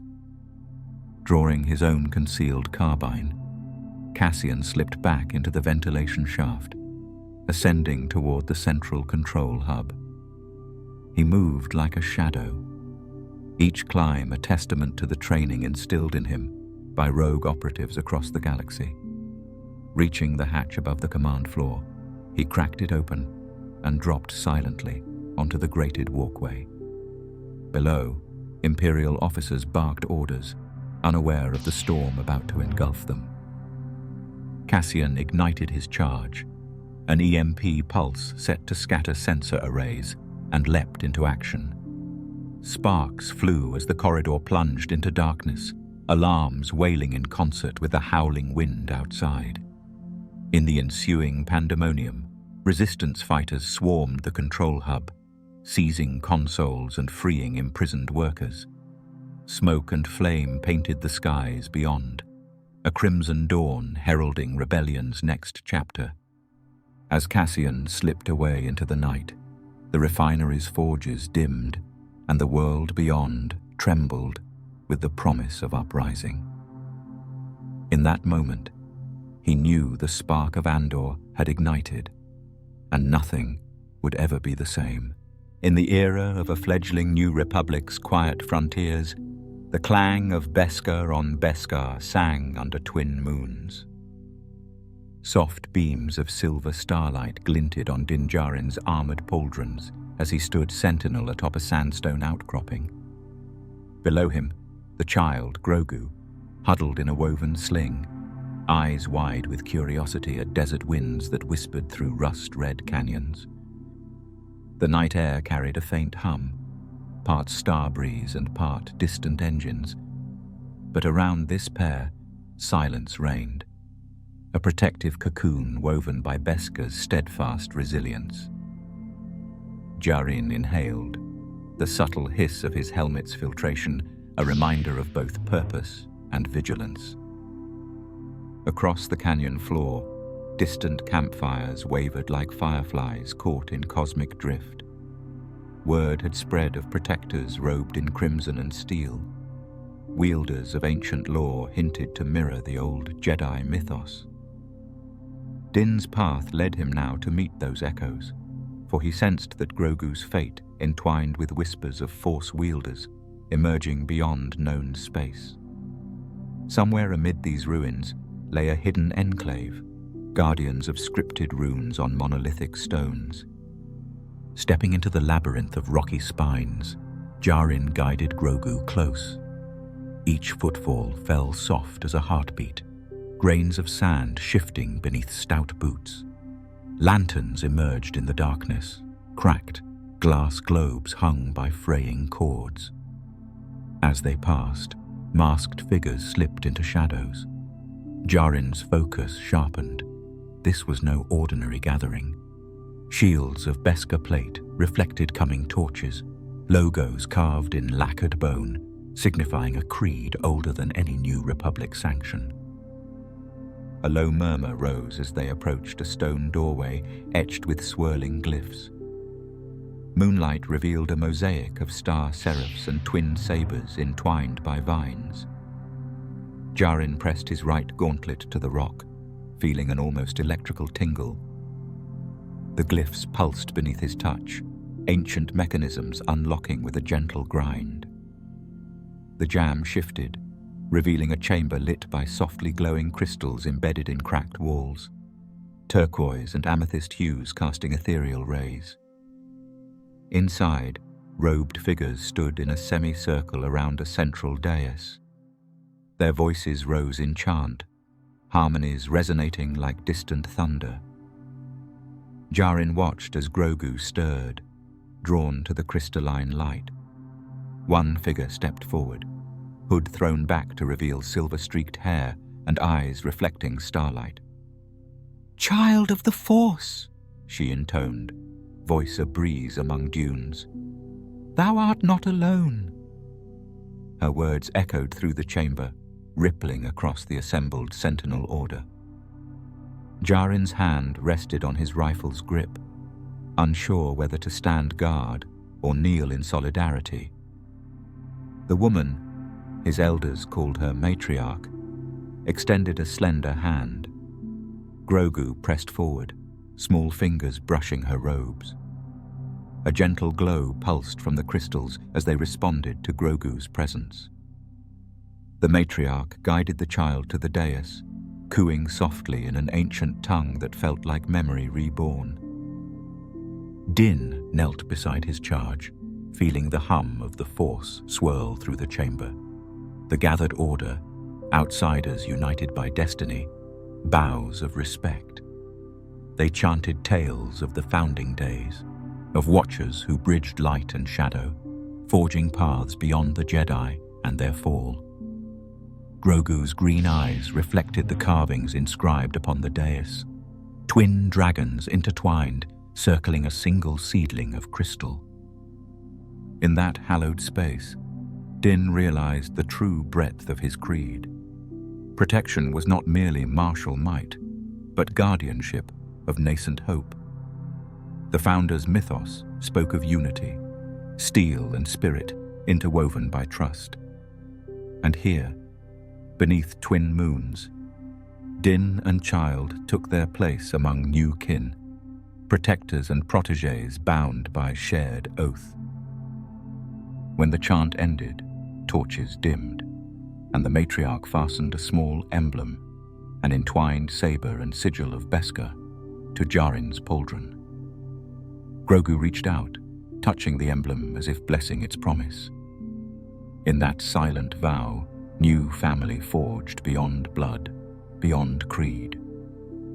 The twin moons shone brighter, as if heralding a dawn yet to come. In the fledgling rise of the New Republic's reach across the outer rim, beneath Tatooine's twin suns' fading glow. Soft gusts of desert wind whistled through carved stone archways, carrying whispers of ancient quarrels and hidden alliances. Nestled among jagged mesas and wind-sculpted dunes, stood Jabba the Hutt's once feared palace. Sand-scarred walls etched with drips of cobalt glaze, mosaic chambers half buried by shifting sands, and broad terraces overlooking the Jundland wastes. Here, Boba Fett, legendary mercenary turned reluctant governor, patrolled with silent purpose. His Beskar armor, dulled by solar haze and etched with tribal sigils, flickered in muted gleams. At his side, Fennec Shand surveyed the horizon from a crouched vantage, eyes sharp with vigilance. Since the Treaty of Mos Espa, imperial remnants and crime syndicates had carved territories of their own, each seeking to claim Tatooine's scarce resources. Fett's task was to dismantle these crime lords and forge fragile alliances among the planet's disparate tribes. They entered the Hall of Tribes, a circular chamber ringed by banners bearing clan emblems. Twi'lek spice traders, Ugnaught engineers, and skiff rider chieftains assembled in solemn council. The lead chieftain, arm augmented with hydraulic plating, spoke first. "Governor Fett, Black Sun enforcers disrupted our caravans near Anchorhead. We seek your protection and restitution." His voice echoed off stone walls. Fett activated a wrist hollow. Blue symbols mapped trade routes littered with bandit raids. He addressed the assembly, voice resonant within his helmet. "Your grievances are noted. A patrol detachment will escort your next convoy. Black Sun's treaties stand. Breaches will be met with decisive action." He paused, ensuring every leader met his gaze. Tatooine's sands will no longer harbor unchecked lawlessness. Outside the hall, patrol skiffs emblazoned with Mandalorian insignia curved through dust storms. Each vessel carried envoys from different clans, symbols of unity in diversity. The whistling desert winds enveloped them as they set course for Mos Eisley's bustling canals of commerce. There, Fett would confront crime lords operating from cantinas and shadowed alleyways. In Mos Eisley's smoke-filled streets, hidden airlocks led to secret auction houses. Fett and Shand stalked through narrow passages, guided by informants. They breached an illicit spice trading ring, cutting power with a precise EMP blast from Fett's gauntlet. In the ensuing darkness, clan representatives seized control, apprehending smugglers and redistributing contraband to needy settlements. The air hummed with relief as Tatooine's inhabitants witnessed the Senate's pledge made real. Returning to the palace, Fett ascended a sandstone ramp lit by torches that flickered like distant suns. The palace's wind-worn ramparts bore witness to centuries of conflict beneath twin moons. Here, politics of survival played out as fiercely as any battlefield engagement. Yet in the soft glow of torchlight, alliances formed by shared purpose took root. At dusk, a horn call echoed across the dunes, an urgent missive delivered by swift-winged birds native to the desert. Fett examined the scroll. As the New Republic spread thin, a splinter faction of ex-Imperials planned to rally at Mos Pelgo. The threat was immediate. He exchanged a nod with Shand. "We move at dawn." When the furnaces of the underwater gas plant of Mos Pelgo roared to life, Fett's coalition advanced under the cover of desert haze. Blaster fire erupted against smugglers' barricades, but skiff riders and spice traders fought alongside Mandalorian warriors. Together, they dismantled the splinter cell, capturing its leaders and securing vital moisture wells for local farmers. In the courtyard below, moisture farmers and traders gathered for a public forum. Children played among recycled droid parts repurposed into toys. Fett watched as elders shared tales of Mandalorian legends and the resilience of local clans. These moments, he realized, defined his reclamation more than any treaty. A found family bound by the desert's harsh embrace. And hope quietly stirred. As twin moons rose, casting pale light over ramparts once stained by Hutt tyranny, Boba Fett stood atop the palace's highest parapet. Sand-scarred palaces and wind-worn monuments stretched before him, testaments to survival and change. The desert winds carried distant shouts of celebration, of clans unified under a common creed. In the harsh frontier where tribal politics and crime had thrived, Fett's Beskar armor shone as a symbol of order and hope. In the fragile first glow of the New Republic's rising light, scattered voices of resistance kindled across star systems. Around crackling campfires on remote moons, aged fighters shared tales of lost comrades and hard-won victories. Their uniforms bore no formal insignia, just faded stripes and patched holsters, remnants of battles fought in silent defiance of Imperial rule. Yet in every spark of flame, in every rising wisp of smoke, lay the heartbeat of militias, forging a new path through the galaxy's uncertain dawn. In the Outer Rim's Vol sector, a ragtag band of veterans known as the Black Talons slipped from one hidden refuge to the next, guided by outdated star charts and whispered coordinates. They scavenged old rebel transports, jury-rigging engines with scavenged parts to outrun Imperial patrols. When TIE patrol skimmers swept the skies, the Black Talons melted into asteroid canyons, their campfires dying to darkness until safety prevailed. Around those embers, they honed tactics, surprise raids on supply convoys, sabotage of listening posts, and swift extraction of prisoners awaiting liberation. On Chandrila's moon, Skeen, veteran intelligence officers established floating outposts disguised as freighter hulks. Called the Horizon Cells, these units intercepted Imperial communiques and relayed them to Republic Command. Their leaders, once young cadets under Luke Skywalker's fledgling Jedi Order, now whispered strategies beneath starlit decks. In one such outpost, Commander Saria Venn traced a holomap of hyperspace lanes where Imperial remnants regrouped. "We strike at dawn," she murmured, voice steady as the hum of life support systems. "Their thirst for revenge will be their undoing." Meanwhile, on the jungle moon of Yavin 4, former rebel pilots formed the Iron Sun Squadron. They repainted vintage X-wings with muted Republic markings and practiced hit-and-run assaults against isolated Imperial holdouts. Each sortie began with hushed prayers of gratitude to the Force, acknowledging the thin line between hope and despair. At night, the pilots gathered around makeshift braziers, sharing ration packs and memories of Hoth's frozen winds. Their laughter, soft and guarded, wove a fragile camaraderie that lifted weary hearts and renewed their resolve.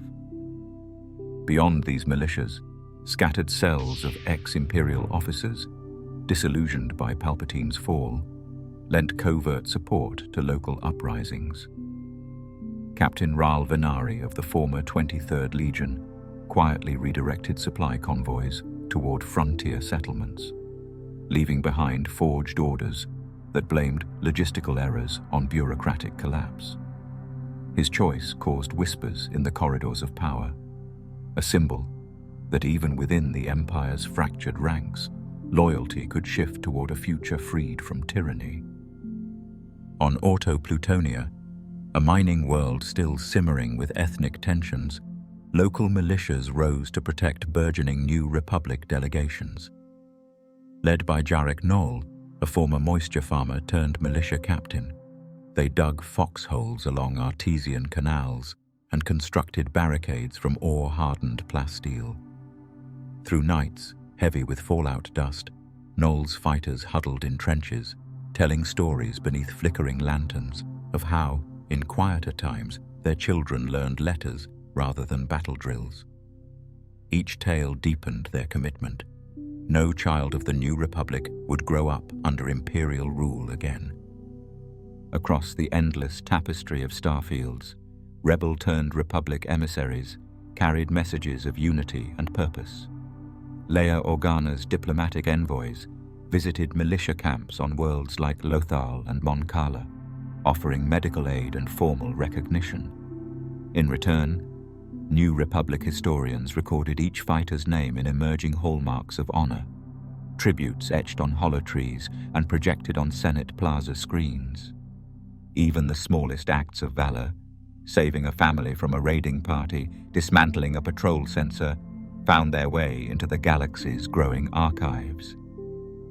Yet for every spark of triumph, new embers of conflict glowed in shadowy corners. In the unknown regions, sensors detected cloaked cruisers belonging to a remnant fleet led by Grand Admiral Ray Sloan. Early skirmishes flared when militia patrols intercepted those vessels near the Callist 7 asteroid belt. Ion cannons roared against starvation skiff escorts, and tracer green blaster fire lit the void. Though outgunned, militia pilots used guerrilla tactics, ambushing support ships, laying iron minefields in asteroid mazes to force Sloan's fleet into battered retreat. As dawn's pale rays spilled across the horizon of Coruscant's Senate spire, news of these scattered victories reached Mon Mothma's ears. She rose from her council seat, her silver hair catching the morning light, and spoke softly. Each campfire, each skirmish, reminds us that freedom's flame survives in the hearts of the determined. We are no longer scattered embers, but a star fire rising across the galaxy. And so, from aged fighters around campfires to secret outposts in forgotten sectors, the echoes of rebellion resonated, binding scattered cells into the new Republic's militias and forging the first sparks of unity that would illuminate the galaxy's path ahead. In the age when the Force's gentle currents found new harbor upon Archto's storm-lashed isles, ocean waves crashed against jagged stone islands, their relentless roar echoing beneath cloud-churned skies. Salt-laden mist drifted through collapsed courtyards of the ancient Jedi sanctuary, weaving between vine-clad statues of long-gone guardians. Here, where the first Jedi once communed with the living Force, a single figure stood sentinel atop the highest cliff. Luke Skywalker's cloak whipped in hurricane winds, a lone silhouette against roiling seas, as he surveyed the battered temple grounds he had vowed to restore. In the sheltered hollows of the temple's central courtyard, scaffolds of driftwood and salvaged beams rose towards skyward runes carved in cyclopean arches. Young acolytes, Force seekers drawn by Luke's silent beacon, wove sky-silk ropes between gargoyle-like gargoyles, hoisting weather-rotted doors reintegrated with newly forged kyber steel hinges. Their voices, low and deliberate, whispered ancient incantations learned from holocrons, rescued from forgotten vaults. Each hammer-stroke and chant stitched the temple's wounds, as though the very stone remembered the rhythm of hope. By dawn's first pale light, 3 new seekers waded ashore on a barefoot pilgrimage. A Twi'lek named Sari, whose mind bent like water around every problem. A Nautolan called Kael, whose empathy stirred beneath gossamer skin. And a human, Arin, whose quiet faith tempered impatience. Luke greeted them at the water's edge, robes sodden, eyes alight with quiet pride. He guided each to a moss-swathed arch, pointing to runes etched millennia ago. "These glyphs speak of balance," he murmured. "They teach that light and shadow must intertwine like tide and shore, each shaping the other." Under the watchful gaze of stone-carved masters, the seekers embarked on their first lessons. Seri knelt before a shallow tide pool, extending her hand until the water's surface rippled into luminous glyphs beneath rising sunbeams. She closed her eyes, breathing in salt and sunrise, until the pool stilled, an undisturbed mirror reflecting both sky's brilliance and the storm clouds beyond. Kael, meanwhile, climbed a spiral staircase hollowed into cliff face, each careful step a meditation in trust. The wind's fury tested his will, but he found calm in each footfall, anchoring himself to the Force's silent hum beneath his skin. Arin's task lay within the temple's inner sanctum, a cavern of basalt pillars etched with serpentine runes. Here, he sat cross-legged before a pedestal carved in the shape of a coiled dragon, its eyes set with twin kyber shards. Lightning forked above the cavern mouth, the shards pulsing in sync with thunder's heartbeat. As Arin reached out, his fingertip brushed one shard, and he heard the echoes of Jedi past.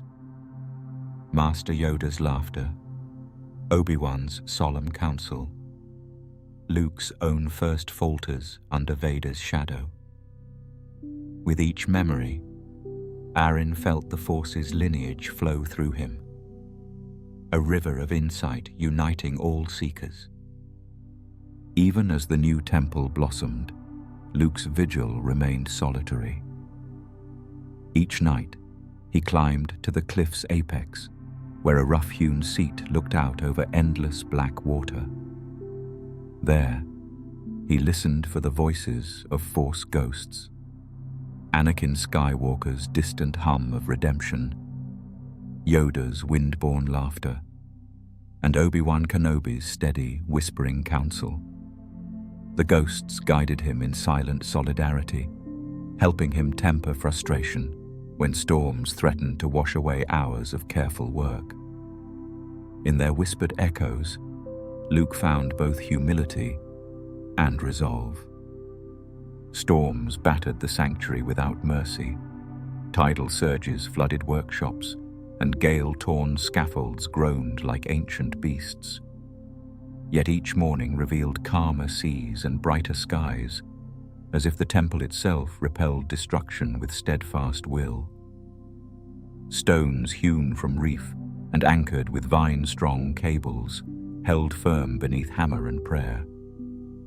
Where rubble once lay, budding tamarisk trees now took root, their roots weaving through cracks to bind fallen walls in living embrace. As the Seekers stood before the temple's grand archway, now clear of vines and reinforced with kyber-etched keystones, Luke raised his voice above the gull's cry. "Balance is woven from patience and purpose," he intoned, "from light tempered by shadow and strength softened by compassion." The Seekers bowed, their faces radiant in dawn's glow. Behind them, the stone doorways sang with old magic, runes throbbing as though awakened from a long slumber. In that moment, the Jedi Temple on Archto stood reborn, a beacon of equilibrium set against the universe's tumult. Waves continued their timeless crash, winds whispered ceaseless hymns, and the horizon stretched wide with possibility. As legends slept and heroes aged elsewhere, here the Force found new life in stone and spirit, balanced at last in the stars. As legends sleep and heroes age, a new threat stirs in the unknown. In the moment when distant senses trembled with the first stirrings of a new darkness, beneath Jakku's blistering suns, endless dunes of rust-red sand stretched toward a yawning horizon where derelict starships lay half-buried like fallen leviathans. Rey, scavenger and survivor, balanced atop the prow of a broken star destroyer, goggles shoved back on her forehead. Wind-scoured wreckage sang with hollow whispers as she pried open a blaster stock, her lean fingers tracing the faded emblem of the old empire. This world, abandoned by the Republic and forgotten by most, was both her prison and her sanctuary. Across the wasteland, BB-8 trundled through a labyrinth of twisted metal, orange sensor eyes scanning for a fragment of data essential to the Resistance. The little droid's silver panels gleamed under Jakku's twin suns, even as sand scoured its seams. Each beeping chirp spoke of urgency. A map he held encoded the secret coordinates of a Jedi artifact long lost to myth. Without it, the Resistance stood blind before the First Order's relentless advance. Rey rose from her perch and squinted against the glare. Far off, red-tipped TIE shadows flickered above distant dunes. Patrols sent to root out hidden pockets of Resistance operatives. She swallowed, adrenaline igniting her heart. Alone, she had evaded them countless times. Together with BB-8, she would face the darkness gathering on the horizon. She vaulted down the warped hull, boots scuffing across corroded plating as she landed in a cloud of drifting dust. Every footstep felt like a pact with survival. Every breath tasted of iron and grit. Rey's mind replayed rumors whispered in smoke-filled cantinas. Rumors of Supreme Leader Snoke's rise from the unknown regions, of whole star systems bowing to the First Order's will. Yet hope remained, flickering like a candle, so long as she and BB-8 carried the spark of the old Jedi. A sudden whine of engines split the air. Rey darted between debris, silhouette outlined by strobing searchlights. 2 First Order scout troopers emerged, rifles raised. Her pulse thundered, but training had taught her the art of flight. She sprinted toward a buried turbolift shaft, sand swirling at her heels. A trooper's blaster bolt seared the air, hot and angry, but Rey dove behind a collapsed sensor array, winded but unbroken. BB-8 rolled up, dome swiveling in mechanical concern. The little droid projected a holographic flicker of the map's swirling lines, then a status bar blinking low. Rey coaxed BB-8 behind the same cover, pressing its chassis against her thigh. "We'll get through this," she whispered, voice steady as the desert winds. "Just show me where." The troopers advanced, booted feet crunching over wrecked floor plates. Their helmets' scanners flickered in monochrome sweeps. From within the ruined Leviathan's spine, Rey spotted a shadowed gap between latticed supports. She gripped BB-8's head and dashed for it, droid trundling in her wake. The first trooper shouted, bolts streaking past her shoulder. Rey rolled through the narrow opening, sand stinging her palms, and scrambled up a twisted conduit. Behind her, BB-8 clattered up on two spheres, guided by tiny grappler claws extending from its body. The conduit led to a grated walkway high above the dunes. Rey and BB-8 crested the opening, just as Star Destroyer wreckage groaned with seismic weight. The walkway buckled, sending the troopers sprawling below. Rey slid along the conduit until she reached a platform overlooking the dunes. In the distance, the twin suns dipped toward the horizon, igniting the skies in crimson and gold. Rey extended her hand, closing her eyes. She felt the Force's faint pulse, a distant echo of ancient power, weaving through dry wind and glassed metal. BB-8 chirped encouragement. Rey nodded at the droid, pulling a compact repulsor harvester from her satchel. She plugged it into the grated floor. The harvester shivered, releasing a soft hum as it extracted power for the map's final decryption.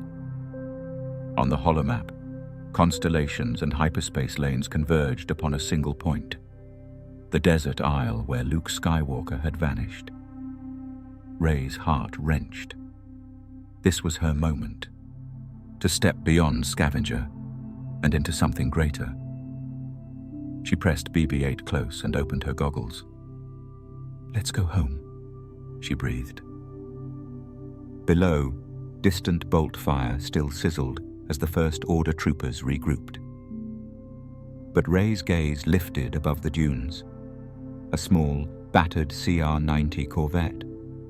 Resistance emblem faded by time, slipped across the sands toward them.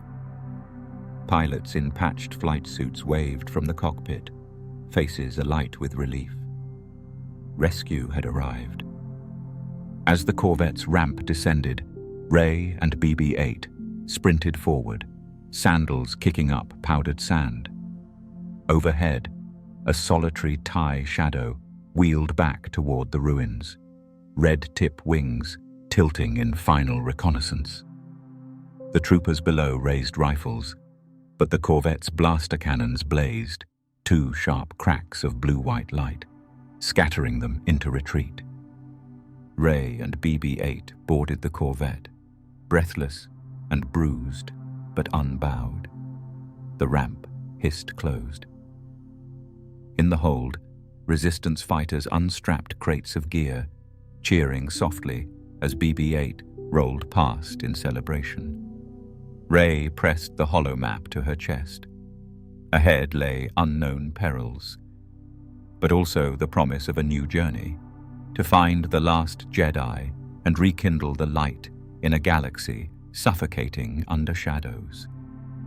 As the Corvette's engines roared to life and its repulsor lifts lifted off the sands, Rey stole one last glance at Jakku's endless ruins. Beneath red-tipped TIE shadows and endless desert wreckage, a new chapter beckoned, and with BB-8 by her side, she would follow the map's glowing trail into the heart of legend and beyond. In the crucible of icy conflict where the Resistance clings to hope against the looming shadow of Starkiller Base, snow-dusted trenches carved into the slopes of an unnamed ice world rattled beneath the rhythmic thrum of distant artillery. Leia Organa stood at the lip of the forward command post, cobalt blue cloak whipping like a banner against biting winds. Before her, fields of crystalline frost stretched toward the horizon, where jagged silhouettes of giant weapon towers pierced a slate-grey sky. Each tower loomed like a petrified storm, its black framework erupting in crimson flares as it churned raw energy into the planet's core. Here, far from the heart of the Resistance fleet, Leia faced the greatest fracture in her cause. Suspicion and fear seethed among her own ranks. Behind her, General Poe Dameron sprinted through the trench network, his flight suit streaked with soot. He ducked beneath a spindly overhang, dodging volleys of explosive freeze shells that spattered ice like broken glass. His mission was simple in name, but deadly in practice.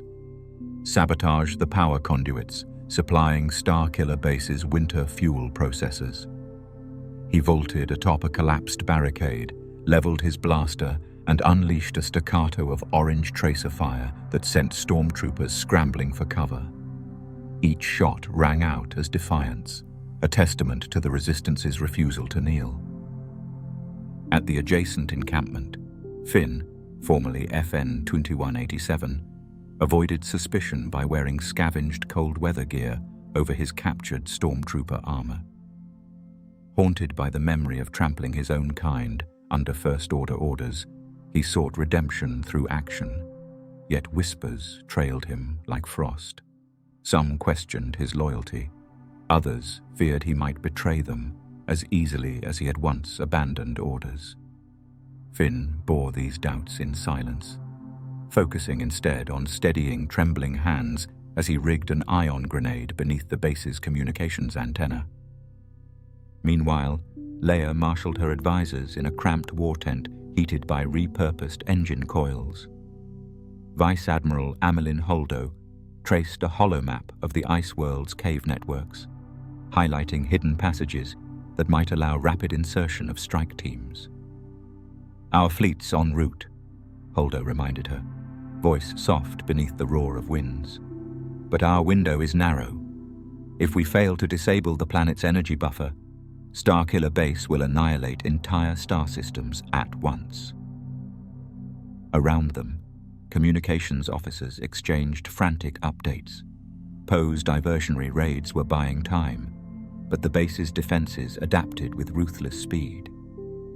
Outside, the sky flared as a squadron of battered X-Wings emerged from low cloud cover.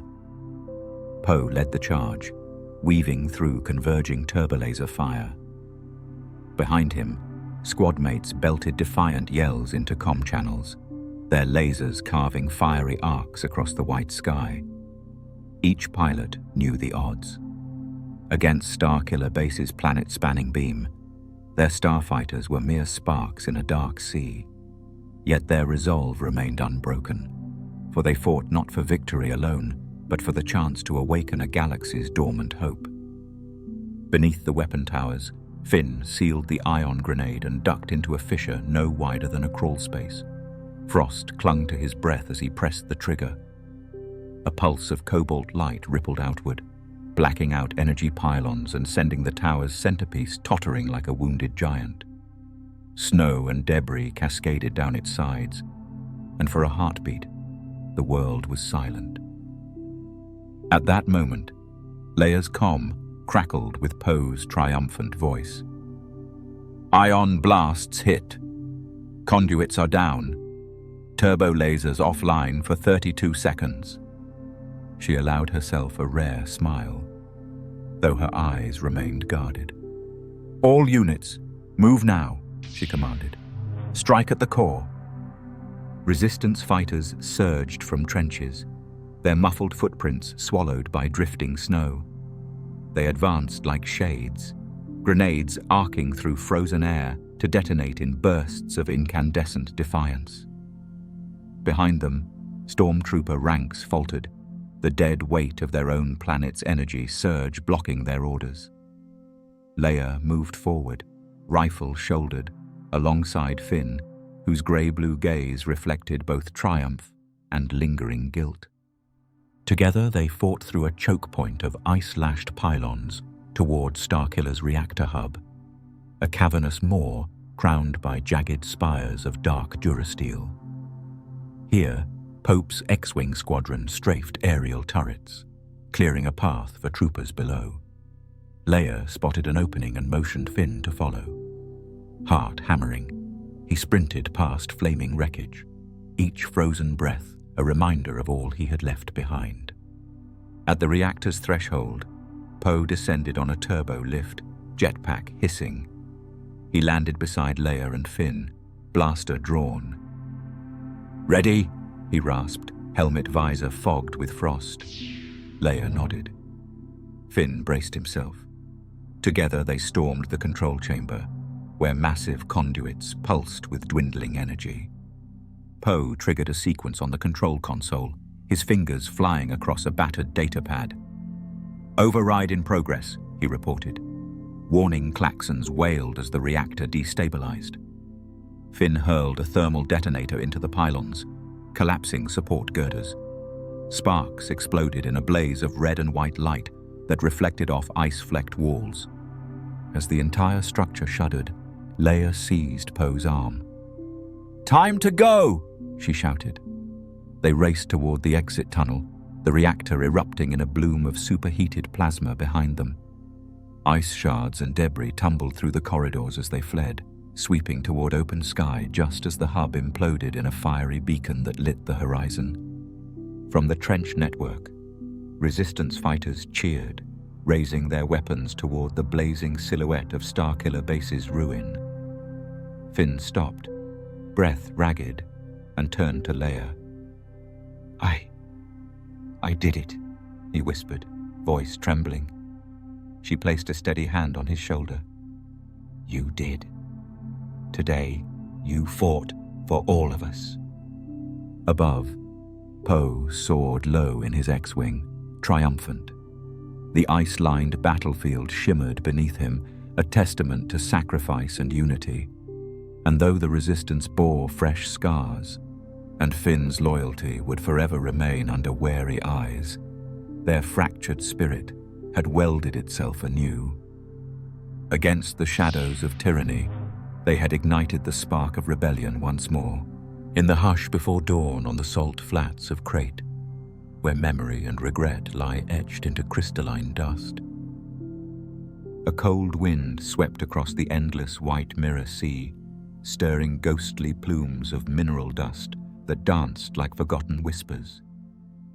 Luke Skywalker stood at the edge of the crystalline plain, cloak drawn tight against sharp gusts. His reflection rippled in the gleaming surface, fractured by fine veils of red soil beneath the salt's brittle veneer. Each distorted image reminded him of the failures he carried, students lost, a galaxy nearly undone by hubris, and faith shattered like broken statues half buried in sand. Above him, the battered remnants of the Resistance encampment lay veiled by ion cannon barrages. Smoke curled from collapsed turrets, their bent barrels pointing skyward in silent accusation. Leia's voice crackled through a comlink, a plea threaded with desperation. "Luke, we need you now." He hesitated, memories of exile burning his soul. The moment he turned away from Kylo Ren's cry, the moment he let the darkness claim what might have been redemption. Every step toward this battlefield reopened those wounds. Yet, as he advanced, the salt flats revealed their secrets. Vast monuments, once towering pillars of crystalline mineral, lay shattered by war machines. Their broken forms, half-sunken and jagged, caught the morning light like daggers aimed at the sky. Luke knelt beside one shard, trailing a finger over its fractured edge, as if feeling history's pulse. Here, he resolved, was the crucible where his legacy would be tested, and perhaps reborn. Across the plain, Ren's First Order enforcers emerged, flame troopers in armor scorched by plasma, their weapons primed to erase the last sanctuary of hope. Among them strode Kylo Ren, mask removed, face drawn with bitter conflict. His lightsaber's unstable crimson blade sizzled against the salt-crusted ground. Luke's heart clenched. This was his nephew, a soul he still loved, even as the dark side twisted him beyond recognition. The wind fell silent as they faced each other across the mirror sea. Luke's green blade ignited without ceremony.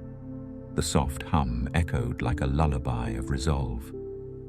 Kylo raised his unstable saber in challenge, its shriek a jagged cry of pain and defiance. With each measured step, Luke felt the Force's tremor, a tide of raw emotion, of anger, of sorrow, that bound them beyond blood. This duel was no mere clash of sabers. It was a reckoning of their shared history. They met in the salt's brittle heart. Sparks flew as green and red blades collided, each strike resonating like thunder across silent plains. Kylo's fury lashed out in wild arcs, but Luke's style was calm, rooted in years of hardship and humility. Their blades welded in a shower of molten crystal as the Force vibrated between them, an invisible thread tugging at both hearts. Ren pressed forward, voice a rasped echo. "You could have saved me." Luke faltered, the weight of guilt slowing his blade. In that moment he glimpsed not a villain, but a frightened child, Ben Solo, desperate for his uncle's love. The Force surged around him, a chorus of voices. Yoda's gentle laughter, Obi-Wan's steadfast counsel, Anakin's final plea for hope. They whispered in storm winds, "Your failure need not be final." Luke lowered his saber. The world held its breath. Kylo's blade wavered, confusion flickering in his storm-tossed eyes. "Why?" he murmured. Luke closed the distance with measured steps, extending a bare hand. "Because love endures beyond fear and failure," he said softly, voice carried on salt whisper breezes. "Because you are not lost." At that instant, the salt flats trembled. An echo of raw power awakened. Across the field, Rey appeared, Force bond radiating between her and Kylo. Their connection pulsed like twin heartbeats in the void. She raised her saber in defense of Luke's compassion, stance resolute against the encroaching darkness. Together, uncle and niece formed a circle of light that held against the dark side's tide. First Order troopers hesitated, their ordered ranks flickering under the Force's shimmer. Then, as if coaxed by unseen currents, their weapons lowered, some in awe, some in fear. The battle's fury drained away, replaced by an uneasy hush broken only by distant explosions as resistance fighters pressed their advantage. Luke sheathed his saber and turned to Kylo, hand still extended. Yet before the moment could unravel fully, he felt the strain on his spirit, a reckless surge of energy he could no longer contain. With a final sorrowful glance, he whispered, "It is time," and drew upon the last reserves of the Force. His form blurred, projecting a luminous echo of himself across the salt, an illusion guiding resistance ships through the ion cannons, a beacon of hope illuminating their path. The strain was immense. Kylo and Rey reached for him in anguish as his projection faded into white light, scattering across the mirror sea like falling petals. Luke, cloaked in the Force, would take no further part in this world's story. His final lesson lay in sacrifice, showing that failure need not be the end, that in letting go, he could kindle new courage in others. As dawn's red sun ignited the salt flats, resistance fighters cheered their miraculous passage. Rey and Kylo stood amidst broken statues and molten sabers, the force bond between them renewed by loss and love. In the distance, Luke's spirit drifted among battered pillars and shattered monoliths, an undying echo of the Jedi Masters and novices yet to come, in the final dusk of the Sith's hidden dominion on Exegol, when the bones of ancient temples groaned beneath red-veined skies. Churning mists swirled around jagged spires of basalt and obsidian, their surfaces etched with eldritch runes that pulsed like malignant hearts. Storm-tossed clouds glowed crimson as lightning forked across the heavens, illuminating skeletal statues of long-fallen Sith Lords. Rey Skywalker stood upon the highest terrace, her cloak billowing like a silent banner, lightsaber unlit at her side. Before her lay the vast amphitheater of Exegol's Cyclopean steps, each a testament to millennia of dark side devotion. Here, in the Emperor's final sanctuary, she would confront the legacy of the Jedi and the specter of Palpatine's ultimate design. Around Rey, the Resistance Armada hovered beyond the Void's edge, its battered cruisers bristling with weapons and hope. Poe Dameron's X-Wing escort darted through phosphorescent clouds, scouting for hidden planetary defenses. Finn, his blaster slung at his back, readied himself at the corvette's ramp, heart pounding with the weight of Rebellion's final gambit. Their mission, protect Rey as she faced the Sith Eternal's apotheosis and sever the threads of darkness at their source. In the amphitheater's pit, a pillar of obsidian rose like a cathedral spire, crowned by a dais of black crystal. There crouched Supreme Leader Palpatine, his form gaunt and eyes alight with unholy triumph. 100 Sith acolytes knelt in concentric rings, summoning torrents of force lightning upward in a macabre chorus. The pit thrummed with raw fury, a conduit linking Exegol's ley lines to Palpatine's withered will.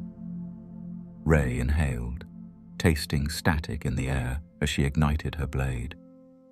The blue glow pierced the gloom, a shard of dawn against eternal night. Palpatine's laughter rolled across the platform like thunder. "Rey," he hissed, voice frayed as dying embers. "Descendant of Skywalker, you stand at the edge of oblivion. Embrace the power that courses through your veins. Join me, and the galaxy shall bow anew." His withered hand crackled with pale lightning, each arc a promise of cataclysm. Rey advanced, lightsaber humming a steady heartbeat. "I am no one's pawn," she replied, voice calm yet resolute. "The Jedi exist to protect life, not to dominate it." The amphitheater trembled as she raised her blade in silent defiance. Behind her, Finn and Poe took positions at the rim, ready to shield her from acolytes surging upward like ravenous shadows. With a roar, Palpatine unleashed a torrent of crimson electricity that splintered the dais and scorched the spire's base. Rey leapt forward, deflecting arcs of dark energy with precise parries that sent lightning cascading harmlessly into the swirling mist. Each clash rang like thunder in Rey's bones, her saber's glow weaving a spiral of light through the red-veined gloom. She felt the Force's pulse, her ancestors' echoes, from Yoda's calm counsel to Luke's sacrificed hope, guiding her blade. As Rey battled Palpatine's torrents, the Sith acolytes surged, scaling the broken steps with cries of fanatic devotion. Finn raced down the terrace, firing his blaster in measured volleys that scattered their ranks. Poe swooped in overhead, strafing runs severing arcs of Acolyte reinforcements. The resistance fought with desperate valor, each life a spark kindled against the dark abyss. In a fleeting quiet born of breath and blade, Rey closed the distance to Palpatine's fractured dais. She pressed her saber's tip to his chest, its blue blade cutting through pustulant robes. "It ends now," she whispered. Palpatine's eye flickered, a spark of ancient malice surfacing beneath fragile mortality. With a roar, he channeled one final surge of power, so vast it rattled the very stones. But Rey drew upon the Force's deeper well, the combined hope of every freed world, every fallen hero, every hidden holocron. She anchored herself in that legacy, her blade steady as a mountain's heart. The lightning met her saber in a blinding explosion of white and blue light, the shockwave shattering runic pillars and uprooting basalt monoliths. When the brilliance subsided, Palpatine lay crumpled upon the dais, the last vestiges of Sith power extinguished in a silent sigh. Exegol's skies convulsed, crimson lightning darting in retreat as the planet's foundations heaved. The amphitheater collapsed in thunderous cascades, burying the dais beneath a storm of stone. Rey stood amid the ruin, blade humming in the aftermath's hush. Around her, acolytes faltered, their faith shattered by the Emperor's fall. Finn and Poe joined her on the rubble, faces streaked with ash but alight with relief. Rey deactivated her saber and let its glow fade, the final ember of a Jedi legacy rekindled in her hand. Above, the Resistance fleet launched a final bombardment, melting Exegol's tethers to the ley lines. Star destroyers severed, the planet convulsed and began to collapse inward. Poe's voice crackled through Rey's comm. "Get out of there, Rey! Exegol's going under!" She nodded, heart heavy yet buoyant with triumph, and sprinted toward the extraction point. As she fled the collapsing amphitheater, Rey felt the Force's quiet afterglow, a tapestry renewed. On the horizon, red-veined skies gave way to flickers of starlight peeking through storm clouds. Exegol's dark legacy crumbled beneath the weight of hope and unity.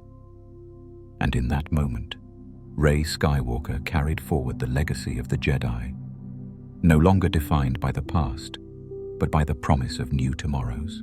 In the quiet glow of Coruscant's holoprojectors, the Senate's grand chambers felt smaller than ever, as though the weight of history pressed in upon every polished pane of magnolite. Rows of empty seats curved beneath lofty ceilings, where hollow archives flickered with spectral light. Each archived recording, once dormant, now pulsed with reminders of the Republic's missteps. Phantom broadcasts of scandal-ridden debates, faded transcripts of closed-door negotiations, and the soft hum of data streams exposing leaked communications. In this hushed sanctuary of political memory, Leia Organa stood before a curved display, her gaze tracing the passage of her own speeches through time. Here lay the legacy of Bloodline, the novel chronicling her disillusionment and her fight against corruption within the New Republic's Senate. Leia's fingers hovered above the holo controls, pausing a moment on a clip from her commission into the centrist party's faction. The arena's riotous applause had long since faded. What remained was an echo of idealism tempered by betrayal.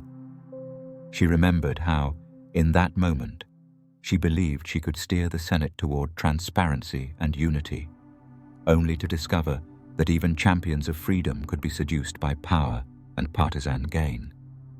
Soft footsteps approached. Hera Syndulla, now a seasoned liaison between the Senate and the Resistance, laid a comforting hand on Leia's shoulder. "They called you reckless," Hera whispered, voice low against the whispering hollow archives. but you exposed truths no one else dared speak."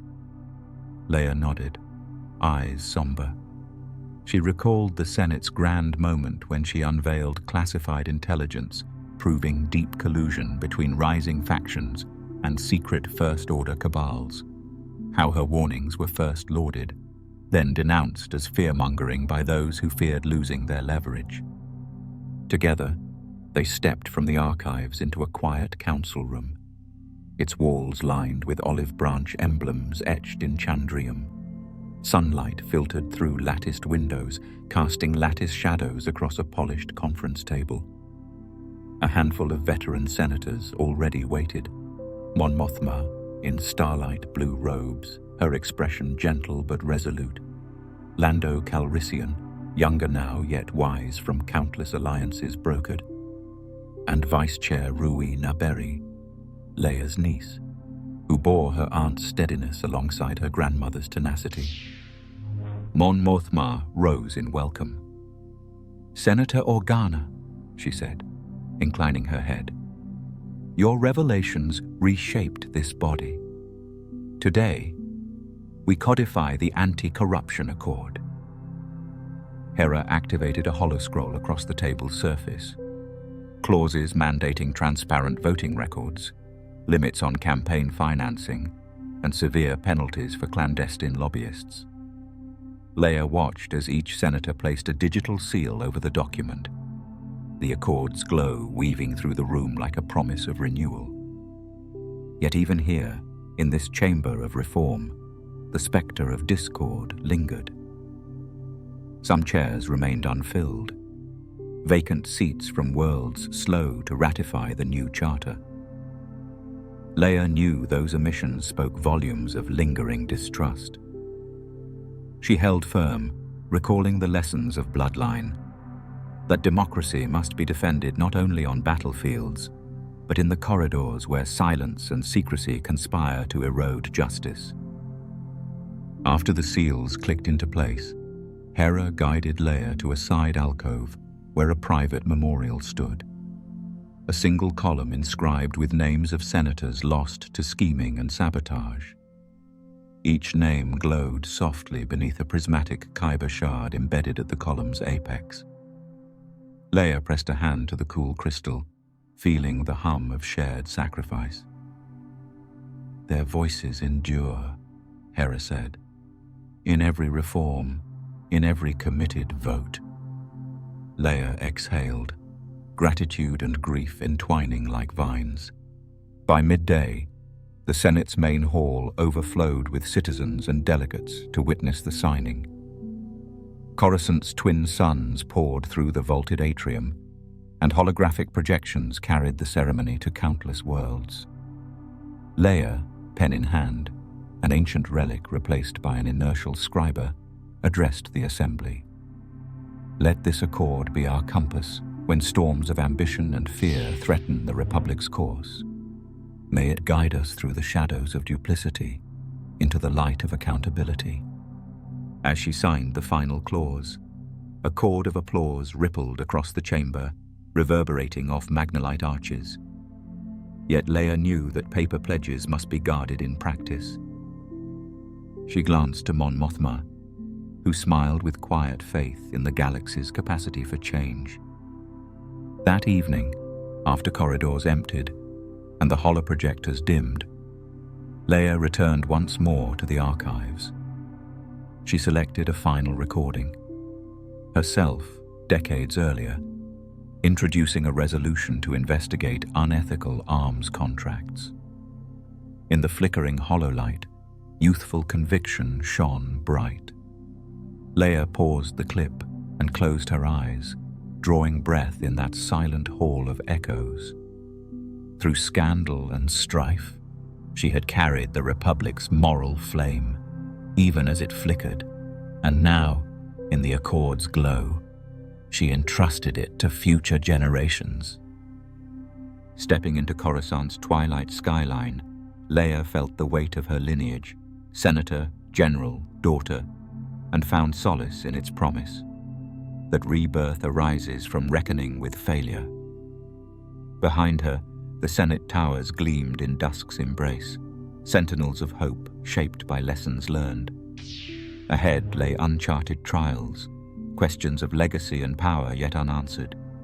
But in the steady beat of her heart and in the Senate's renewed vows, Leia Organa knew the Republic's true rebirth had only just begun. In the hush before dawn, where hidden sanctuaries cradle the embers of hope, mist curled through the archways of an ancient mountain cavern, revealing stone-carved alcoves lit by gentle braziers. Each hollow nook sheltered sapling Jedi trees, tendrils of life nurtured on holocron-infused soil, their slender trunks crowned by verdant leaves.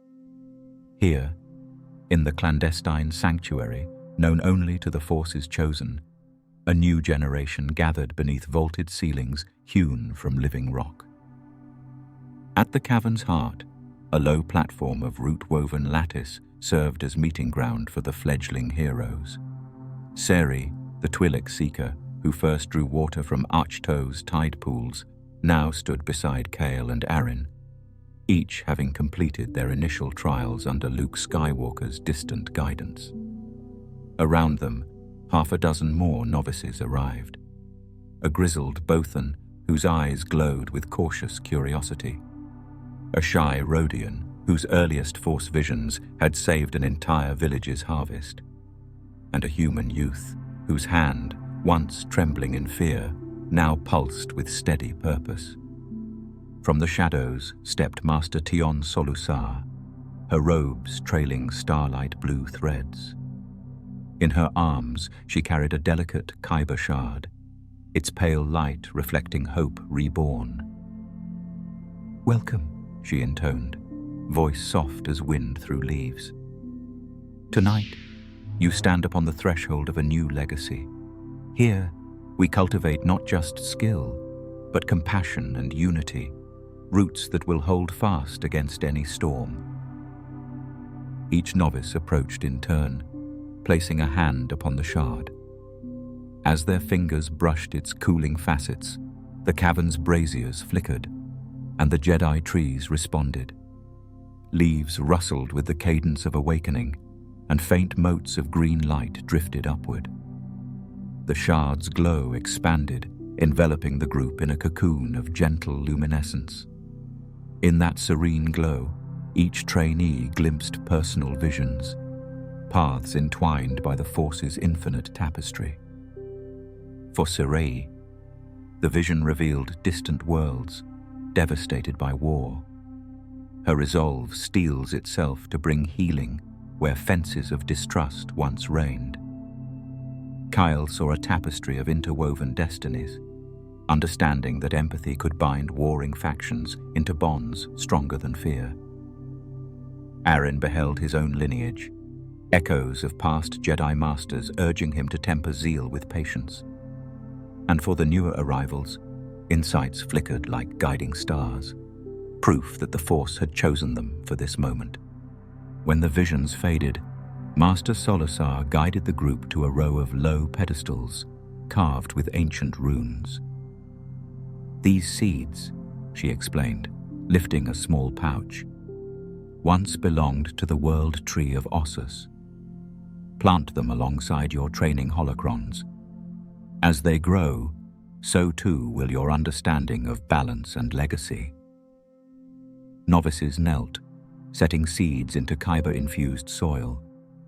Their breaths mingled with the cavern's tranquil hum, each exhale a prayer of commitment.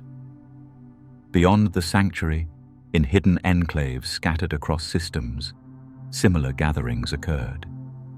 On the forest moon of Felucia, masked trainers led acolytes through bioluminescent groves, their steps guided by firefly-like spores. In the crystalline tunnels of Ilum, novices carved crystalline forms of serenity into untouched caverns. And on the floating platforms of Ajan Kloss, former rebel engineers constructed holocron libraries, cataloguing legends alongside lessons for the future. These clandestine efforts bore the hallmarks of resistance reborn, communities bound not by rank or blood, but by shared purpose and mutual respect. Each school operated under strict secrecy to shield its students from First-Order sympathizers and opportunistic warlords. Yet, through subspace channels, reports of flourishing Jedi seedlings and diplomatic overtures glimmered like beacons in the darkness. Back in the mountain sanctuary, Tion gathered the novices in a circle around the newly planted seeds. "Our work is only beginning," she said, voice gentle yet firm. "You must carry what you learn here into worlds that have known only conflict. Your lightsabers will defend, but your hearts will heal. The galaxy's future rests not only on our legacy, but on your willingness to walk its untrodden paths." Seri raised her voice. "Master, how shall we strike at the tendrils of tyranny when our numbers are few?" Tion smiled beneath her silver-streaked hair. "By weaving alliances, not through conquest. Seek out those who yearn for peace, farmers, scholars, even reformed stormtroopers. Wherever the Force calls, you shall answer." As candles flickered in the underground halls, the novices shared stories of their origins, of villages saved from raiding pirates, of starships ransacked to feed the hungry, of secret councils that brokered peace agreements on war-torn moons. Each recounting reinforced the truth that heroism wears many faces, and that sometimes the greatest rebellion begins not with sabers, but with quiet acts of compassion. When their vigil ended, the group emerged at dawn's first light. The cavern's mouth framed rolling hills, where twin suns rose like sentinels of promise. Seedling Jedi trees unfurled fresh shoots, eager to greet the morning. The novices paused, absorbing the sight, each placing a hand over their hearts in silent vow. In that moment, the Resistance was reborn, not as a monolith of fighters, but as a living, breathing tapestry of hope, stitched by new generational heroes. Hidden sanctuaries echoed with lessons learned, and in every planted seed lay the promise of tomorrow's forests of light. Beyond this first gathering, as legends rested and heroes aged, a horizon uncharted awaited, one where these young guardians would walk in light and shadow alike, shaping the galaxy's destiny with every step. Beyond the last battle lies a horizon yet uncharted. In the silent depths of space, Ahsoka Tano stands aboard the Ghost's Bridge, charting a course toward a crimson-hued nebula that legends claim conceals the path to the unknown regions where Grand Admiral Thrawn vanished long ago. The Force hums around her, a faint echo of Ezra Bridger's last prayer as he and Thrawn slipped through Purrgil-led hyperspace jumps at the end of Rebels.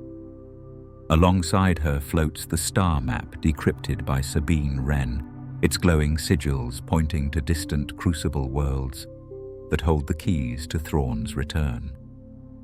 Behind Ahsoka, Huyang's mechanical voice offers quiet counsel, drawing upon millennia of lore to guide their next leap.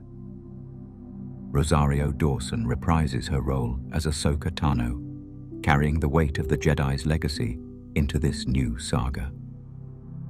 Production on the second season officially began this year under showrunner Dave Filoni's watchful eye, ensuring every frame honors the galaxy's deep lore. Lars Mikkelsen returns as Grand Admiral Thrawn, his strategic mind as unforgiving as legend foretold. And in unexpected solidarity, Admiral Akbar rejoins the fray, his Mon Calamari fleet poised to slow the Empire's shadow if Thrawn should reunite Rebel and Remnant alike. Admiral Akbar's tactical brilliance is set to clash with Thrawn's own in what fans are hailing as a galactic chess match, a duel of wits destined to reshape the New Republic's future. Yet this quest is more than strategy. It is a voyage of the heart. Ahsoka recalls the Purgil's portal through hyperspace, and Ezra's final, haunted glance as they disappeared. Images that drive her forward, even when supplies dwindle and hope flickers. Sabine stands at her side, holocron in hand, bearing not only the map, but the weight of family left behind. Hera's counsel, Jason's early training, and the whispers of Chopper's metallic chirps during midnight watches. Their path takes them to the mining moon of Teth, a forgotten world scarred by imperial greed and littered with derelict star cruisers half buried in crimson sands. The air here smells of rust and ozone, and under twin suns, rusted control towers stand like sentinels over silent docks. As they descend in the Phantom II, Ahsoka senses currents of the Force tangled around the shattered hulk of a star destroyer. She whispers a prayer for the souls lost in its bowels and remembers Thrawn's own disdain for sentimentality. Below deck, they find echoes of the Empire's last gasp. Stormtrooper helmets fused to the deck, battle flags trailing like memories in the dust. Sabine uses her Mandalorian artistry to uncover a hidden hatch embossed with Chiss runes, Thrawn's personal seal, hinting he once walked these halls. Huyang's scanners hum, detecting faint traces of life sign residua, as if the Admiral's presence lingers in the very metal. As dusk falls, they set camp within the shattered hull, braziers flickering against jagged bulkheads. Ahsoka meditates, her Leku and Montrals catching the dying light. In the Force's quiet, she hears distant voices. Ezra's laughter, Hera's rallying cry, and a stern but familiar cadence.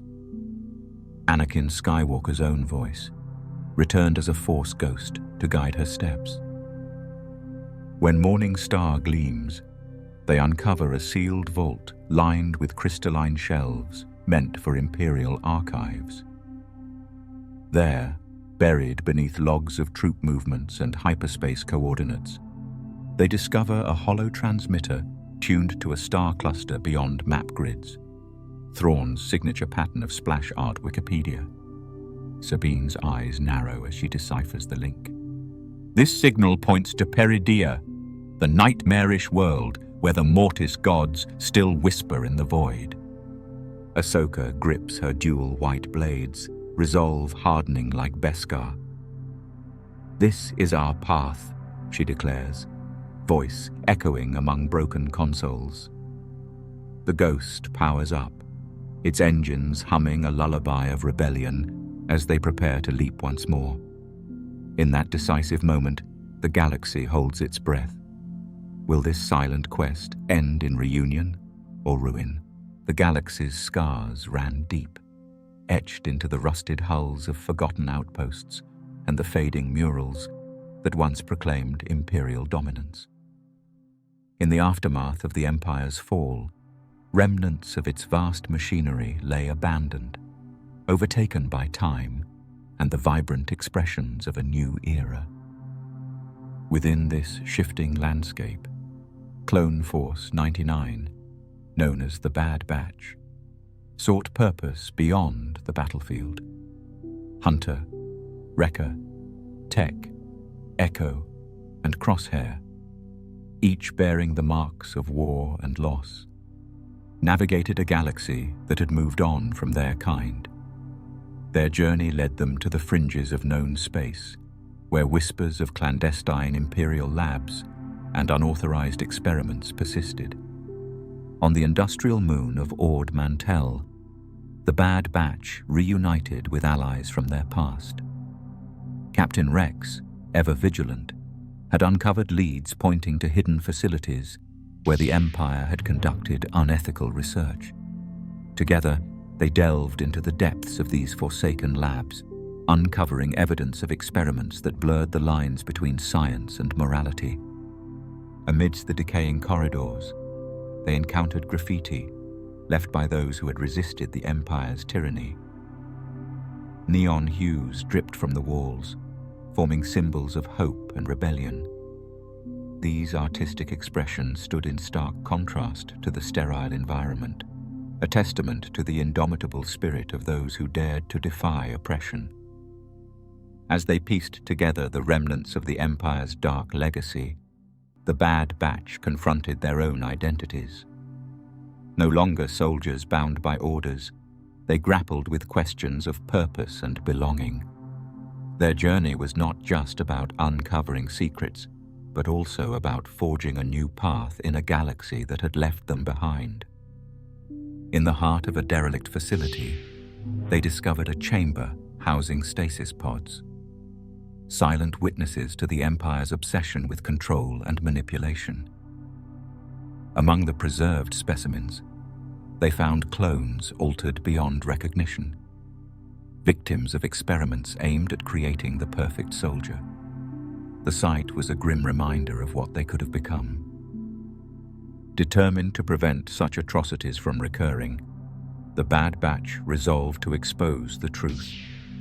They transmitted their findings to trusted contacts, igniting a movement to hold the remnants of the Empire accountable.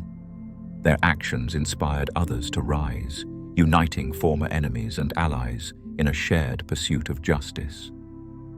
As they departed the facility, the neon graffiti seemed to glow brighter, reflecting the dawn of a new chapter. The Bad Batch, once outcasts, had become catalysts for change, proving that even in the shadows of the past, hope could flourish. The twin sons of Mandalore cast long shadows over the snow-capped peaks, their light reflecting off the freshly restored Beskar of the gathered Mandalorians. At the heart of the Great Forge, its fires once again blazing, stood Grogu, now formerly known as Din Grogu, clad in a bespoke set of Beskar armor, a symbol of his dual heritage and the unity of his found family. The journey to this moment had been arduous. After the fall of Moff Gideon and the reclamation of Mandalore, Din Djarin had formally adopted Grogu, solidifying their bond not just in spirit, but in name. This act was more than ceremonial. It was a declaration that Grogu was no longer merely a foundling, but a Mandalorian in his own right, ready to undertake the trials that would define his path. Under the guidance of the armorer, Grogu began his training in the ancient rites of the Mandalorians.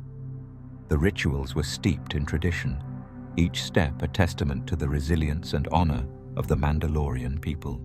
Grogu's unique connection to the Force added a new dimension to these practices, blending the mysticism of the Jedi with the warrior spirit of Mandalore. The Great Forge, once a symbol of Mandalore's might, had been reignited, its glowing embers reflecting the renewed hope of a people long scattered. Here, Grogu's armor was forged, each piece meticulously crafted to accommodate his small stature while honoring the legacy of his ancestors. The forge's flames danced, illuminating the determination in Grogu's eyes as he embraced his destiny. Beyond the forge, the Mandalorian clans gathered, their banners fluttering in the cold breeze. Among them stood Bo-Katan Kryze, her leadership instrumental in uniting the fractured clans. Her alliance with Din Djarin had been pivotal in reclaiming Mandalore, and together they had laid the foundation for a new era of unity and strength. The landscape of Mandalore bore the scars of past conflicts, but amidst the ruins, life began to flourish once more. Snow-capped peaks gave way to verdant valleys, and the once silent halls echoed with the sounds of children training, laughter, and the hum of industry. The Mandalorians were rebuilding, not just their cities, but their culture and identity. Grogu's presence was a beacon of this renaissance. His unique heritage bridged the gap between the old and the new, the mystical and the martial. As he trained alongside other foundlings, his mastery of the Force complemented his growing prowess with traditional Mandalorian weaponry. He was a symbol of what Mandalore could become, a fusion of strength, wisdom, and unity. In the evenings, the clans would gather around communal fires, sharing stories of valor and lessons from the past. Grogu listened intently, absorbing the tales that would shape his understanding of honor and duty. He was not just learning to be a warrior. He was learning to be a leader, one who could guide Mandalore into a future forged from the lessons of its tumultuous history. As the stars blanketed the night sky, Grogu stood atop a ridge overlooking the valley, the lights of the newly rebuilt settlements twinkling below. Beside him, Din Djarin placed a reassuring hand on his shoulder. No words were exchanged. None were needed. In that moment, the bond between father and son, mentor and apprentice, Mandalorian and Jedi, was unbreakable. The path ahead was uncertain, fraught with challenges and the remnants of old adversaries. But with the fires of the Great Forge burning brightly and the unity of the clans restored, Mandalore stood ready to face whatever the future held. And at the heart of it all was Grogu, the embodiment of Mandalore's enduring spirit and the promise of a new dawn. In the quiet corners of the galaxy, where the Force's whispers still linger, ancient secrets stir once more. Among the ruins of forgotten temples and the hushed halls of derelict libraries, echoes of legends long past begin to resurface, weaving threads between the present and the storied tapestry of the expanded universe. On the remote world of Ossus, once a bastion of Jedi knowledge, a team of scholars uncovers a hidden chamber beneath the sands. Within, they find a collection of fading parchment maps, their ink barely legible, detailing star systems and hyperspace routes lost to time. Among these relics lies a holocron, its crystalline structure dormant yet intact. As the scholars activate it, a spectral glyph illuminates the chamber, revealing the visage of a Jedi exile, her presence a bridge to a bygone era. The exile speaks of trials faced and lessons learned, her voice a haunting melody that resonates with the Force. She recounts her journey through the unknown regions, the allies she found, and the darkness she confronted. Her tales, once considered apocryphal, now offer insights into the Jedi's resilience and adaptability. As the holocron's gatekeeper shares her knowledge, the scholars realize the significance of their discovery. The exile's experiences, though ancient, hold relevance for the current generation of Force users. Her teachings emphasize balance, understanding, and the importance of confronting one's inner turmoil, a philosophy that resonates deeply in a galaxy still healing from recent conflicts. News of the holocron spreads, drawing the attention of Jedi, historians, and seekers alike.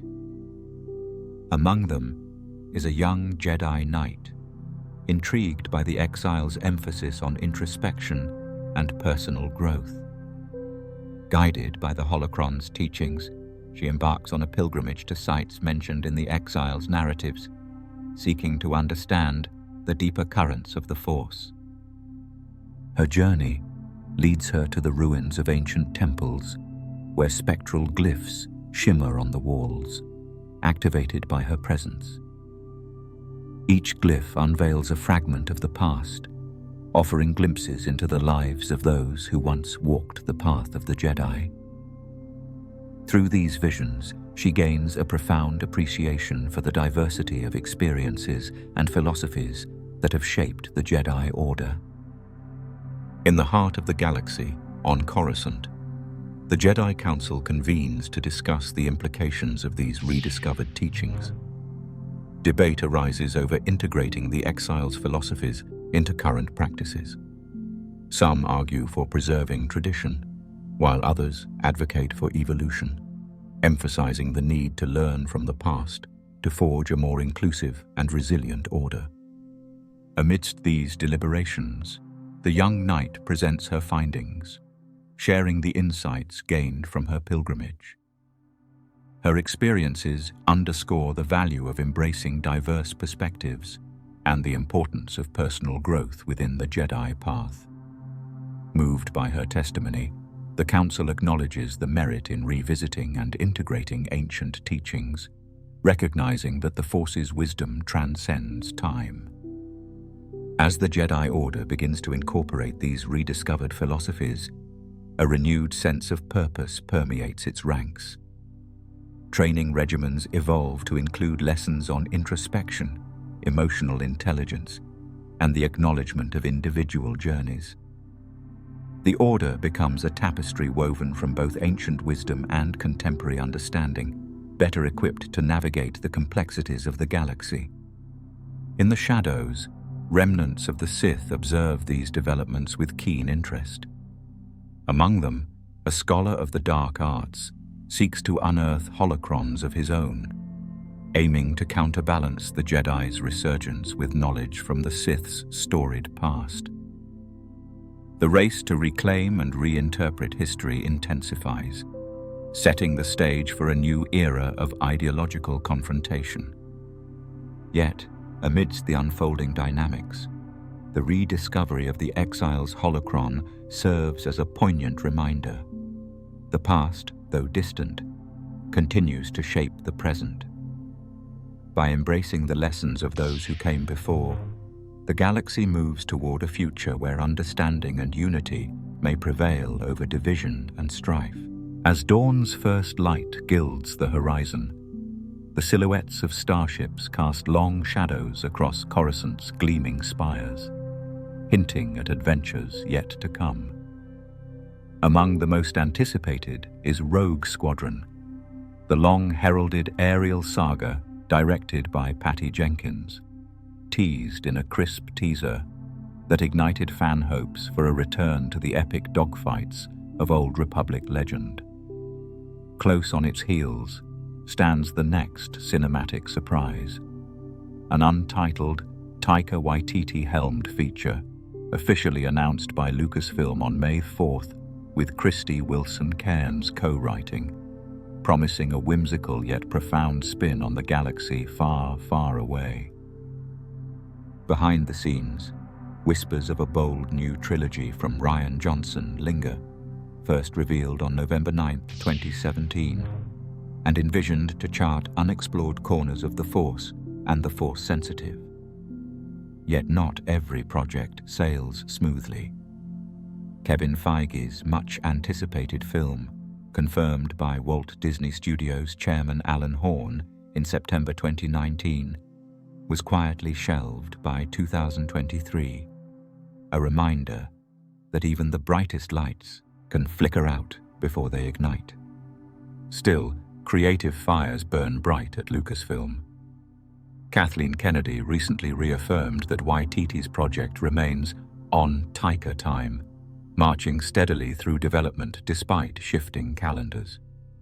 Meanwhile, though Jenkins owes a draft to Lucasfilm, her passion for the Rogue Squadron narrative remains undimmed, her draft in limbo, yet her vision undeterred. On the streaming frontier, Disney Plus charts its own course. Ahsoka has just wrapped production on Season 2, with a likely release in 2026, as principal photography gathers momentum under Dave Filoni's watchful eye. Andor's second season unfolded in 4 sets of 3 episodes this spring, concluding its high-stakes espionage on May 13, 2025, deepening the tapestry of rebellion with every carefully measured scene. And as the Skeleton Crew premised on youthful discovery premiered December 2, 2024, viewers tracked 6 episodes of mystery and coming-of-age across the reaches of an unfamiliar world. Beyond the screen, interactive adventures beckon. The sequel game, Jedi. Survivor evolved from its predecessor's successes, first announced in January 2022 and thrilling players with its March 2023 release, offering a deeper, more tactile reckoning with the Force's enduring legacy. Though launch dates still dance on shifting star lines, these projects share a singular promise: to expand the galaxy's borders and rekindle its sense of wonder.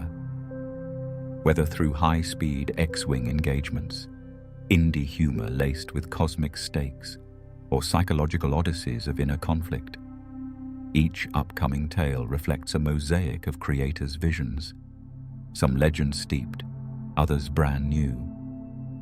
As starships resume their courses through Coruscant's arterial skyways, the future forks before us. A tapestry woven from both whispered legends and fresh horizons. Dawn breaks upon a galaxy still teeming with untold stories. A realm where tomorrow's Jedi, smugglers, and heroes await their turn in the unfolding chronicle. And now, as our whispered voyage draws to its gentle end, imagine the Force rippling across every age we've traversed. The silent hum of distant hyperspace lanes, the glow of kyber crystals long dimmed, and the restless spark of heroes yet to rise. From the echoing halls of ancient Jedi temples to the final duel on Exegol's storm-tossed spires, each chapter has woven light and shadow into the grand tapestry of this galaxy. Though this marathon of lore has spanned millennia, know that the story never truly ends. It lives on in every new adventure, every daring pilot's flight, every scholar who dares to dive deeper into the legends. So carry these echoes with you as you drift into dreams. The voices of Jedi masters, the murmur of rebel hopefuls, and the promise of tomorrow's untold tales. Rest now beneath the starfields. Tomorrow, the saga continues. May the Force be your guide, always.